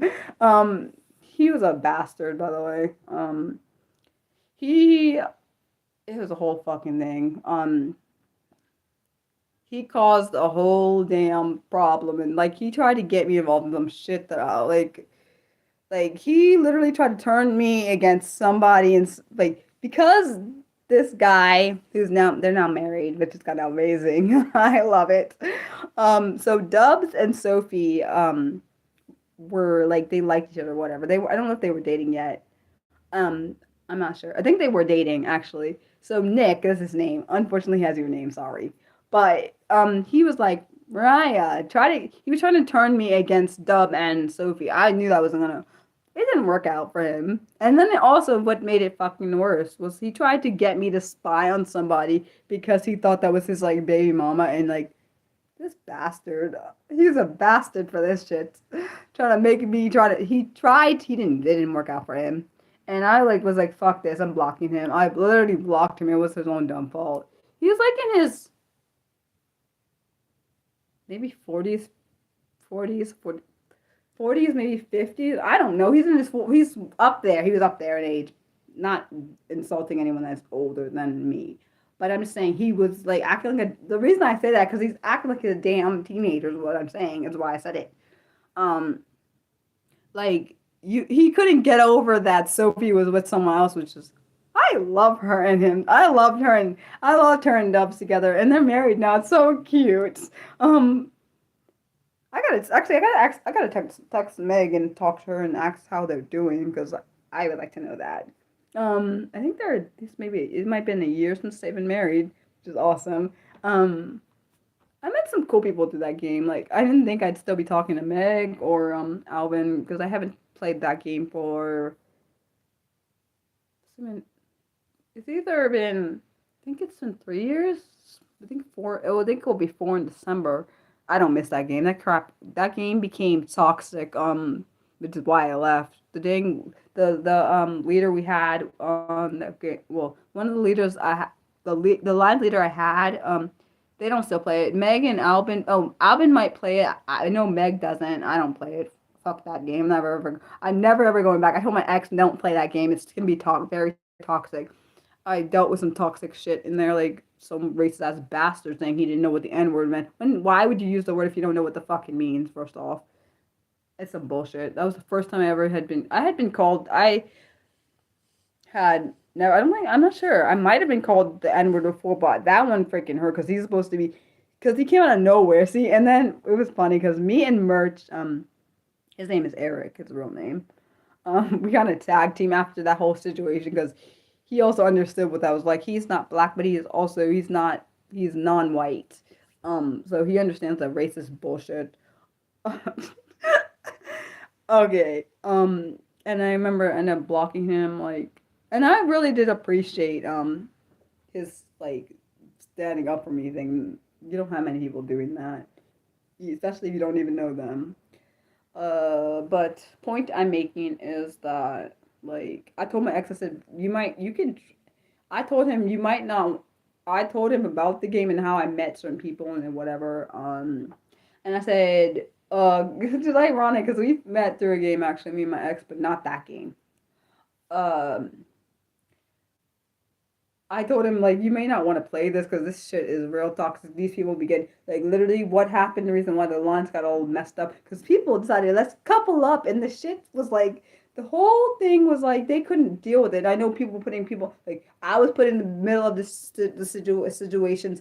I was told to pick sides, and it was a whole fucking situation. Like I was in multiple people putting me in a relationship. Like I had Jack. Which I really wish I didn't damn listen to Jackie because I didn't have a problem with Kat, but I didn't know that Jackie. There was some bullshit. They put me in the middle of that, and I chose Jackie's side, and then Kat got mad, and hopefully Kat's good. I hope she's good, because I know she. I just don't like drama. That shit was fucked up. I was like, okay, get me out of here. Then I had because the leader of the lines didn't understand what being autistic is. How I just am very blunt, and she would say one thing out in public and then act. Then she also put me on like probation on this game because I do whatever, talk the way I talk or whatever. I didn't give a shit. I know that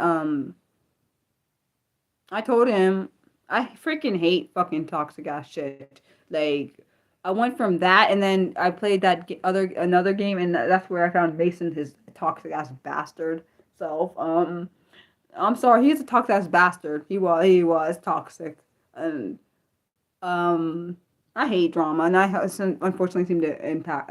I mean, I get it. So, Jackie was drama. Mason was drama. Chris was drama at times. Like I just Ryan and Jackie could be drama. Like what the fuck? I was like, what is it like my life? Like Chris, I really still like, even though we're not. I haven't talked to him. I really still like him, and because we have an emotional. There's an emotional like I don't know how to explain it. Out of all the different people in that game, I had the most I was emotionally tied to him, and I know why. It's because we had because our friendship went deeper than that shit in that game. That's why. Like out of all the people, in that game, I hate being involved in. I don't mind. I agree with you. I don't mind watching the drama unfold, but I don't like being part of it. People had gotten me involved in their shit. I'm like, what the why am I involved in this? Someone was like, Mariah, you keep getting. I didn't get myself involved. People put me in their shit. I didn't want to be. Even like I didn't like being involved. I literally hated being in the middle of Chris and Jackie's relationship because I was friends with both of them, and one would tell me the other one like what the like for me and Chris, I understood Chris's side because I'm also from the US. There was a time difference there.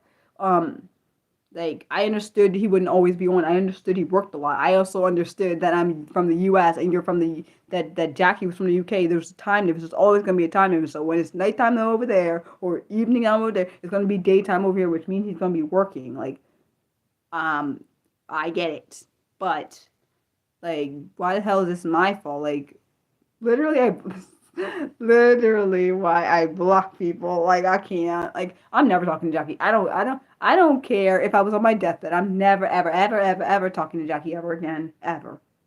I don't even like if even if Meg brought her up, even if Meg brought her up because I know she's from Jackie, I would like, oh, we can we talk about something else? Is literally what I'd say to her. I'm not even kidding. I'm not even kidding. Oh, guys, I think I'm gonna go. I didn't realize it's been 3 hours almost. I'm sorry, I got excited. My bad, guys. Yeah, I'm glad you can stay neutral. I'm not the type to stay neutral because well, I'm glad. I just hope that I hope that one day we won't have to have trolls in here. But wait, why are you crying? Wait, Mildred, don't cry. You can always talk to me on Twitter if you want to. I hope that's a good cry, not a bad cry. I don't want anyone to cry because you're gonna make me cry, and I don't want to cry. No, are you okay? Please tell me you're okay.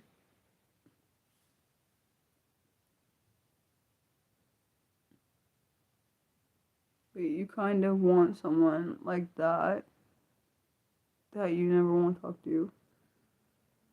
What do you mean? What do you mean you're missing out? Oh, you're laughing. It looks like the one I see on here is crying emojis. I didn't know that's what I like. Literally, my thing shows me crying emojis. Or at least that's what it shows. I don't know about anyone else, but for mine, I see crying like tears. Yeah, that's what I thought. It was like why I thought you were crying. Oh, okay, okay. Yeah, I think that's what one she meant because I was confused. Okay. Oh, you mean wait? Did you really start? Wait, you stopped so hard you started crying. Oh, I hope you guys also have awesome weeks. I love you as always. Bye.